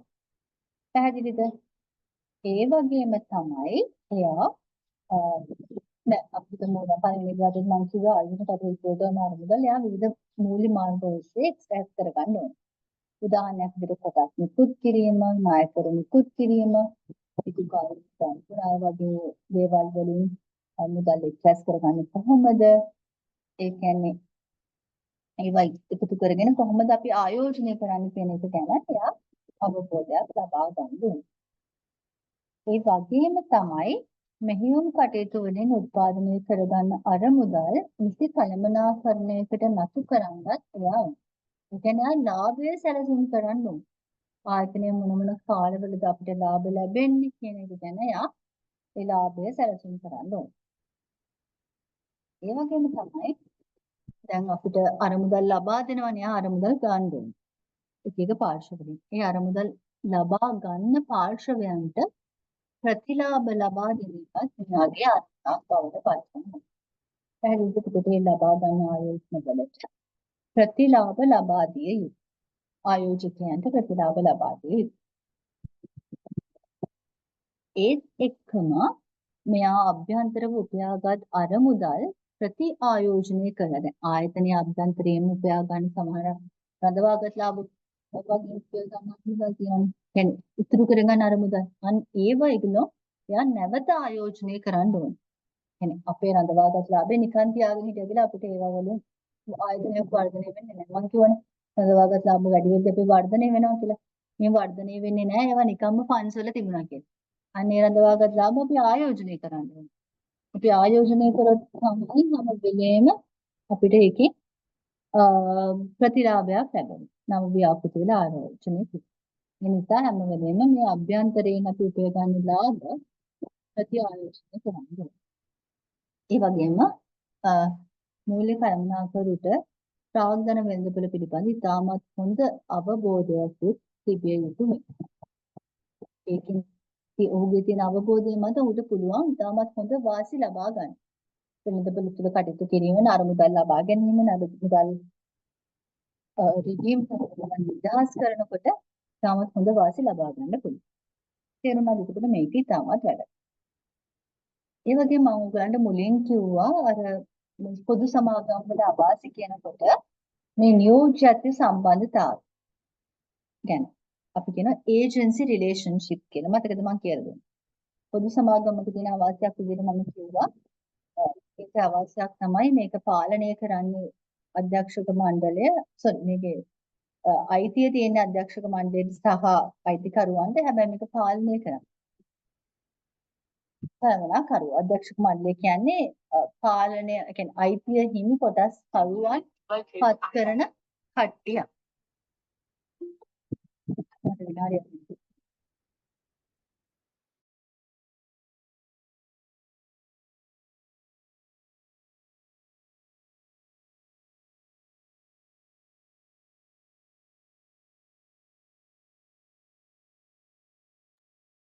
හරිද? ඒකට ඔය විදිහට එයාට ඒ අවබෝධය මම කතා කරන්නේ නියෝජ්‍යත්ව සම්බන්ධතාවය ගැන. හරිද? එතකොට මේ නියෝජ්‍යත්ව සම්බන්ධතාවයේදී ප්‍රධානියෙක් ඉන්නේ. ඒ වගේම නියෝජිතයෙක් ඉන්නේ. නියෝජිත සම්බන්ධතාවය කියන්නේ මෙන්න මේ දෙන්න අතර තියෙන සම්බන්ධතාවය. එතකොට මේක ලිඛිතව හරි වෙනත් විදිහකට හරි ඇති වෙන්න පුළුවන් සම්බන්ධතාවය. ව්‍යාපාර නීතියට අනුව නියෝජිතයා ප්‍රධානියා විසින් පත් කරන කෙනෙක්. එතකොට ප්‍රධානියා වෙනුවෙන් කටයුතු කිරීමේ වගකීම තමයි නියෝජිතයාට ලැබෙන්නේ. එතකොට ප්‍රධානියා යාගේ තීරණ බැලීමේ අධිකාරී බලය නියෝජිතයාට පවතී. නියෝජිතයා ගන්න තීරණවලට හැබැයි ප්‍රධානියාට යාට ඒ බලය දෙන්නේ. ඒකට ප්‍රධානියාට ඒකට වගකීමට යටත් වෙනවා. ඒකට මේ වගේ අවස්ථාවලදී මෙන්න මේ සම්බන්ධය අපිට මූල්‍ය කළමනාකරණයේදී දකින්න හැකියාව ලැබෙනවා. හරිද? මේක ලැබෙන්නට අවශ්‍ය එක වැදගත් අවස්ථාවක් තමයි කළමනාකරුණුයි අයිතිකරුණුයි අතර තියෙන සම්බන්ධතාවය. එතනදී ළමයි මේ සම්බන්ධතාවය යටතේ අයිතිකරු නැත්නම් කොටස් හිමියන් තමයි අපි ප්‍රධානියා විදිහට හඳුන්වන්නේ. කළමනාකරුවා එයා නියෝජිතයා විදිහට අපි හඳුන්වනවා. එතකොට අධ්‍යක්ෂක මණ්ඩලය නැත්නම් කොටස් හිමියන් වේතන ගෙවීමේ පදනම මත කළමනාකරුවන්ව ආයතනයට බඳවා ගන්නේ. හරිද? ඉතින් ප්‍රධානියාට මේ අදාළ ශාස්ත්‍රයක් ගැන නිපුණතාවයක් නැති නිසා අධ්‍යක්ෂක මණ්ඩලයේ විසින් කළමනාකරුවන්ව බඳවා ගන්න. ඒ නිසා ඒ කළමනාකරුවන්ගේ වගකීම වෙන්නේ කොටස්කරුවන්ගේ අභිමතාර්ථ ඉදිවෙන විදිහට කටයුතු කිරීම. ඒ කියන්නේ කොටස් හිමියන්ගේ මනස අයිතිකරුවෝ හැම වෙලේම උත්සාහ කරන්නේ ඒගොල්ලෝ ආයෝජනය කරන ඒ ආයෝජනයේ උපරිම වර්ධනයක් ලබා ගන්න. ඒ සරලවම මූල්‍ය කළමනාකරණ ප්‍රධාන අරමුණ වෙන ඒගොල්ලන්ගේ ධනය උපරිම කිරීම කරා. පැහැදිලිද?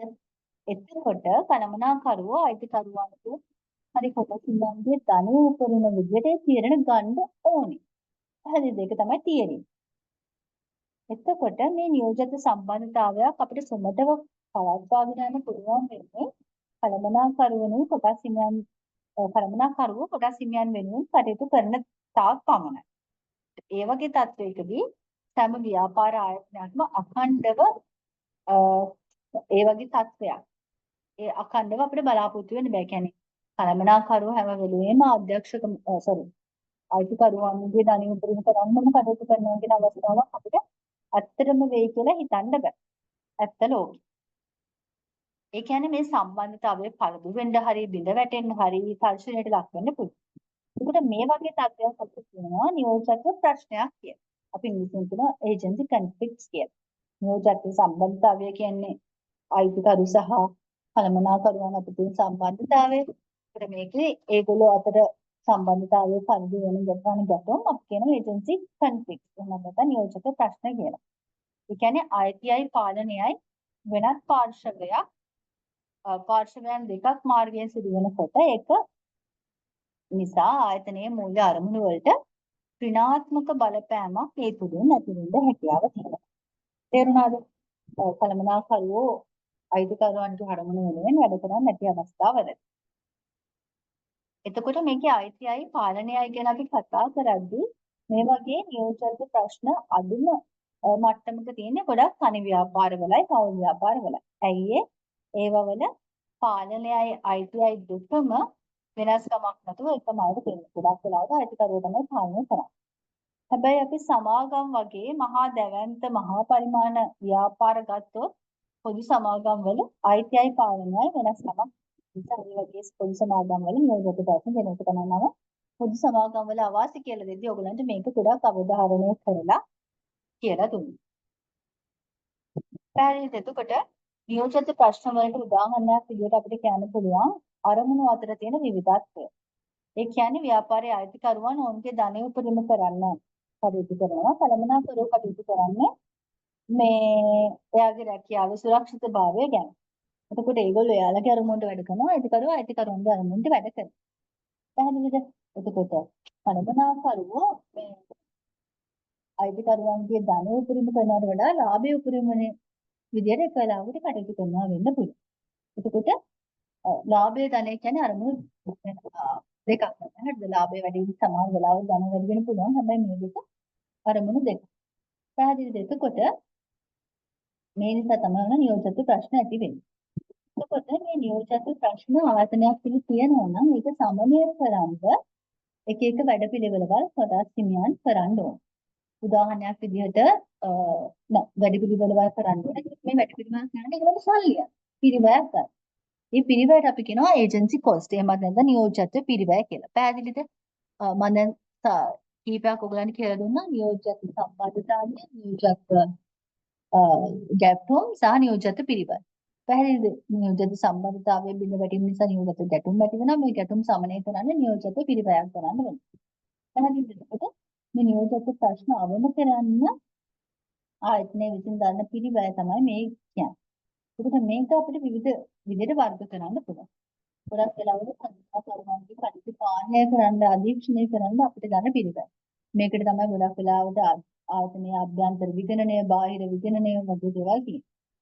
ඒ වගේම තමයි ආයතනයේ ව්‍යුහය සකස් කරන්න ගන්න විදිහ. ඒ කියන්නේ ප්‍රතිසංවිධාන කටයුතු වලට ගන්න විදිහ.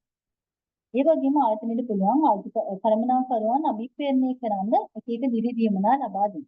ඒගොල්ලන්ගේ සතුටින් කරනවා. කළමනාකරුවන් සතුටින් හොඳට ගෙවලා ඒගොල්ලන්ව සතුටු කරනවා. උන්ට ෆැසිලිටිස් දීලා පහසුකම් දීලා උන්ව සතුටු කරගන්න ආයතනයට පුළුවන් මේ කළමනාකරුවන්ගේ අරමුණුදී වැඩ කරලා ගන්න.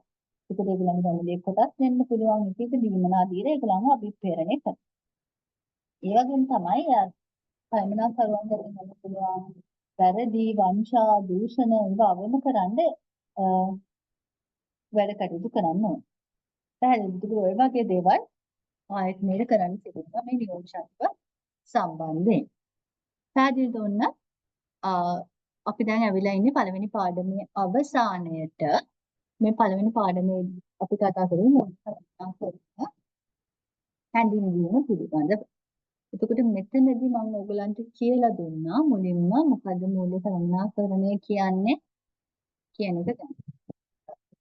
ඊට පස්සේ අපි කතා කරා මූල්‍ය කළමනාකරණය අපිට පාවිච්චි කරන්න පුළුවන් වෙන්නේ එක් එක් ආයතනවල ඒ ආයතනයේ විදිහ අනුව, ස්වභාවය අනුව. ස්වභාවය අනුව මම ආයතන වර්ග කරා කොටස් තුනකට කොටස් තුනකට වර්ග කළා. තනි පුද්ගල ව්‍යාපාර, පවුල් ව්‍යාපාර සහ පොදු සමාගම් කියලා. ඒක ව්‍යාපාර වර්ගවල වාසි අවාසි මොනවාද කියලාත් අපි සාකච්ඡා කරා. එතකොට ඒ අනුව ඒ ව්‍යාපාර විදිහට අනුව තමයි අපි බිස්නස් එක කරගෙන යන්නේ. ඊළඟට මම කියලා දුන්නා ඔයගලන්ට මූල්‍ය කළමනාකරණයේ කියන්නේ මූල්‍ය කළමනාකරණයේ කාර්යයන් මොනවාද? එයා කරන වැඩ කටයුතු අනුව අපි මූල්‍ය කළමනාකරණයේ විෂයපතේ අවබෝධ කරගෙන ප්‍රධාන මූල්‍ය කළමනාකරණ තීරණ වෙත යොමු වුණා. ඒකට මූල්‍ය කළමනාකරණ තීරණ යටතේ අපි කතා කරේ ලාභ මූල්‍යනේ තීරණ, ආයෝජන තීරණ, කාර්ක ප්‍රාග්ධන තීරණ නිසා ලාභාංශ තීරණ. ඒකට මේ තීරණ එකින් එකක් කොහොමද මොකද මේ තීරණ වලින් කියන්නේ? මේ එකින් එකක් තියෙන දේවල් මොනවාද? මූල්‍ය කළමනාකරණ කොහොමද මේක ගන්න ඕනේ කියන එක ගැන කතා කරා. ඊට පස්සේ මේ තීරණ කොහොමද ප්‍රධාන මූල්‍ය කළමනාකරණ ආරම්භන වන අයිතිකරුගේ ධනෙ උපරිම කිරීම කියන ආරමුණත් එක්ක සම්බන්ධ වෙන්න කියන එක මම ඊළඟට විස්තර කරා. ඊට පස්සේ අපි කතා කරා මූල්‍ය කළමනාකරු ගැන. මූල්‍ය කළමනාකරු තමයි මේ හැම දෙයක්ම කරන පුද්ගලයා. මොකද මේ මූල්‍ය කළමනාකරු කියන්නේ කවුද? එයා සුවිශේෂී පුද්ගලයෙක් වෙන්නේ. ඇයි? ඒකට මූල්‍ය කළමනාකරුගේ කාර්යයන් මොනවද? ආයතනයක කරන්න පුළුවන්. ඔන්න ඒ දේවල් ඉන්පසු කතා කරා. ඊළඟට අවසාන වශයෙන් මම කතා කරේ නියෝජ්‍යත්ව සම්බන්ධතාවය ගැන.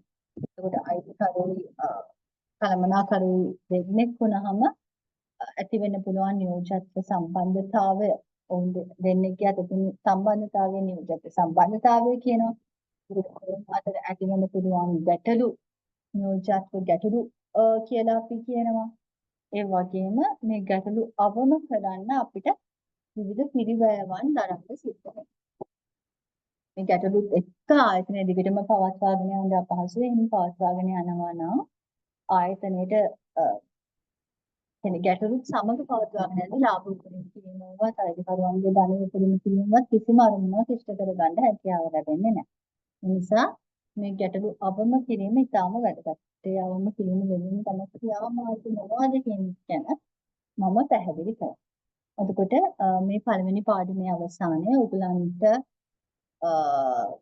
මේකෙන් අවබෝධයක් ලැබෙනවා මොකක්ද මේ මූල්‍ය කළමනාකරණය කියන්නේ කියලා තමයි මේ මූල්‍ය කළමනාකරණයේදී ඇයි ආයතනයකට වැදගත් වෙන්නේ කියලා. ඒකට මේ තුලින් හැකියාව ලැබෙනවා ඉදිරි පාඩම් හොඳින් අවබෝධ කරගන්න.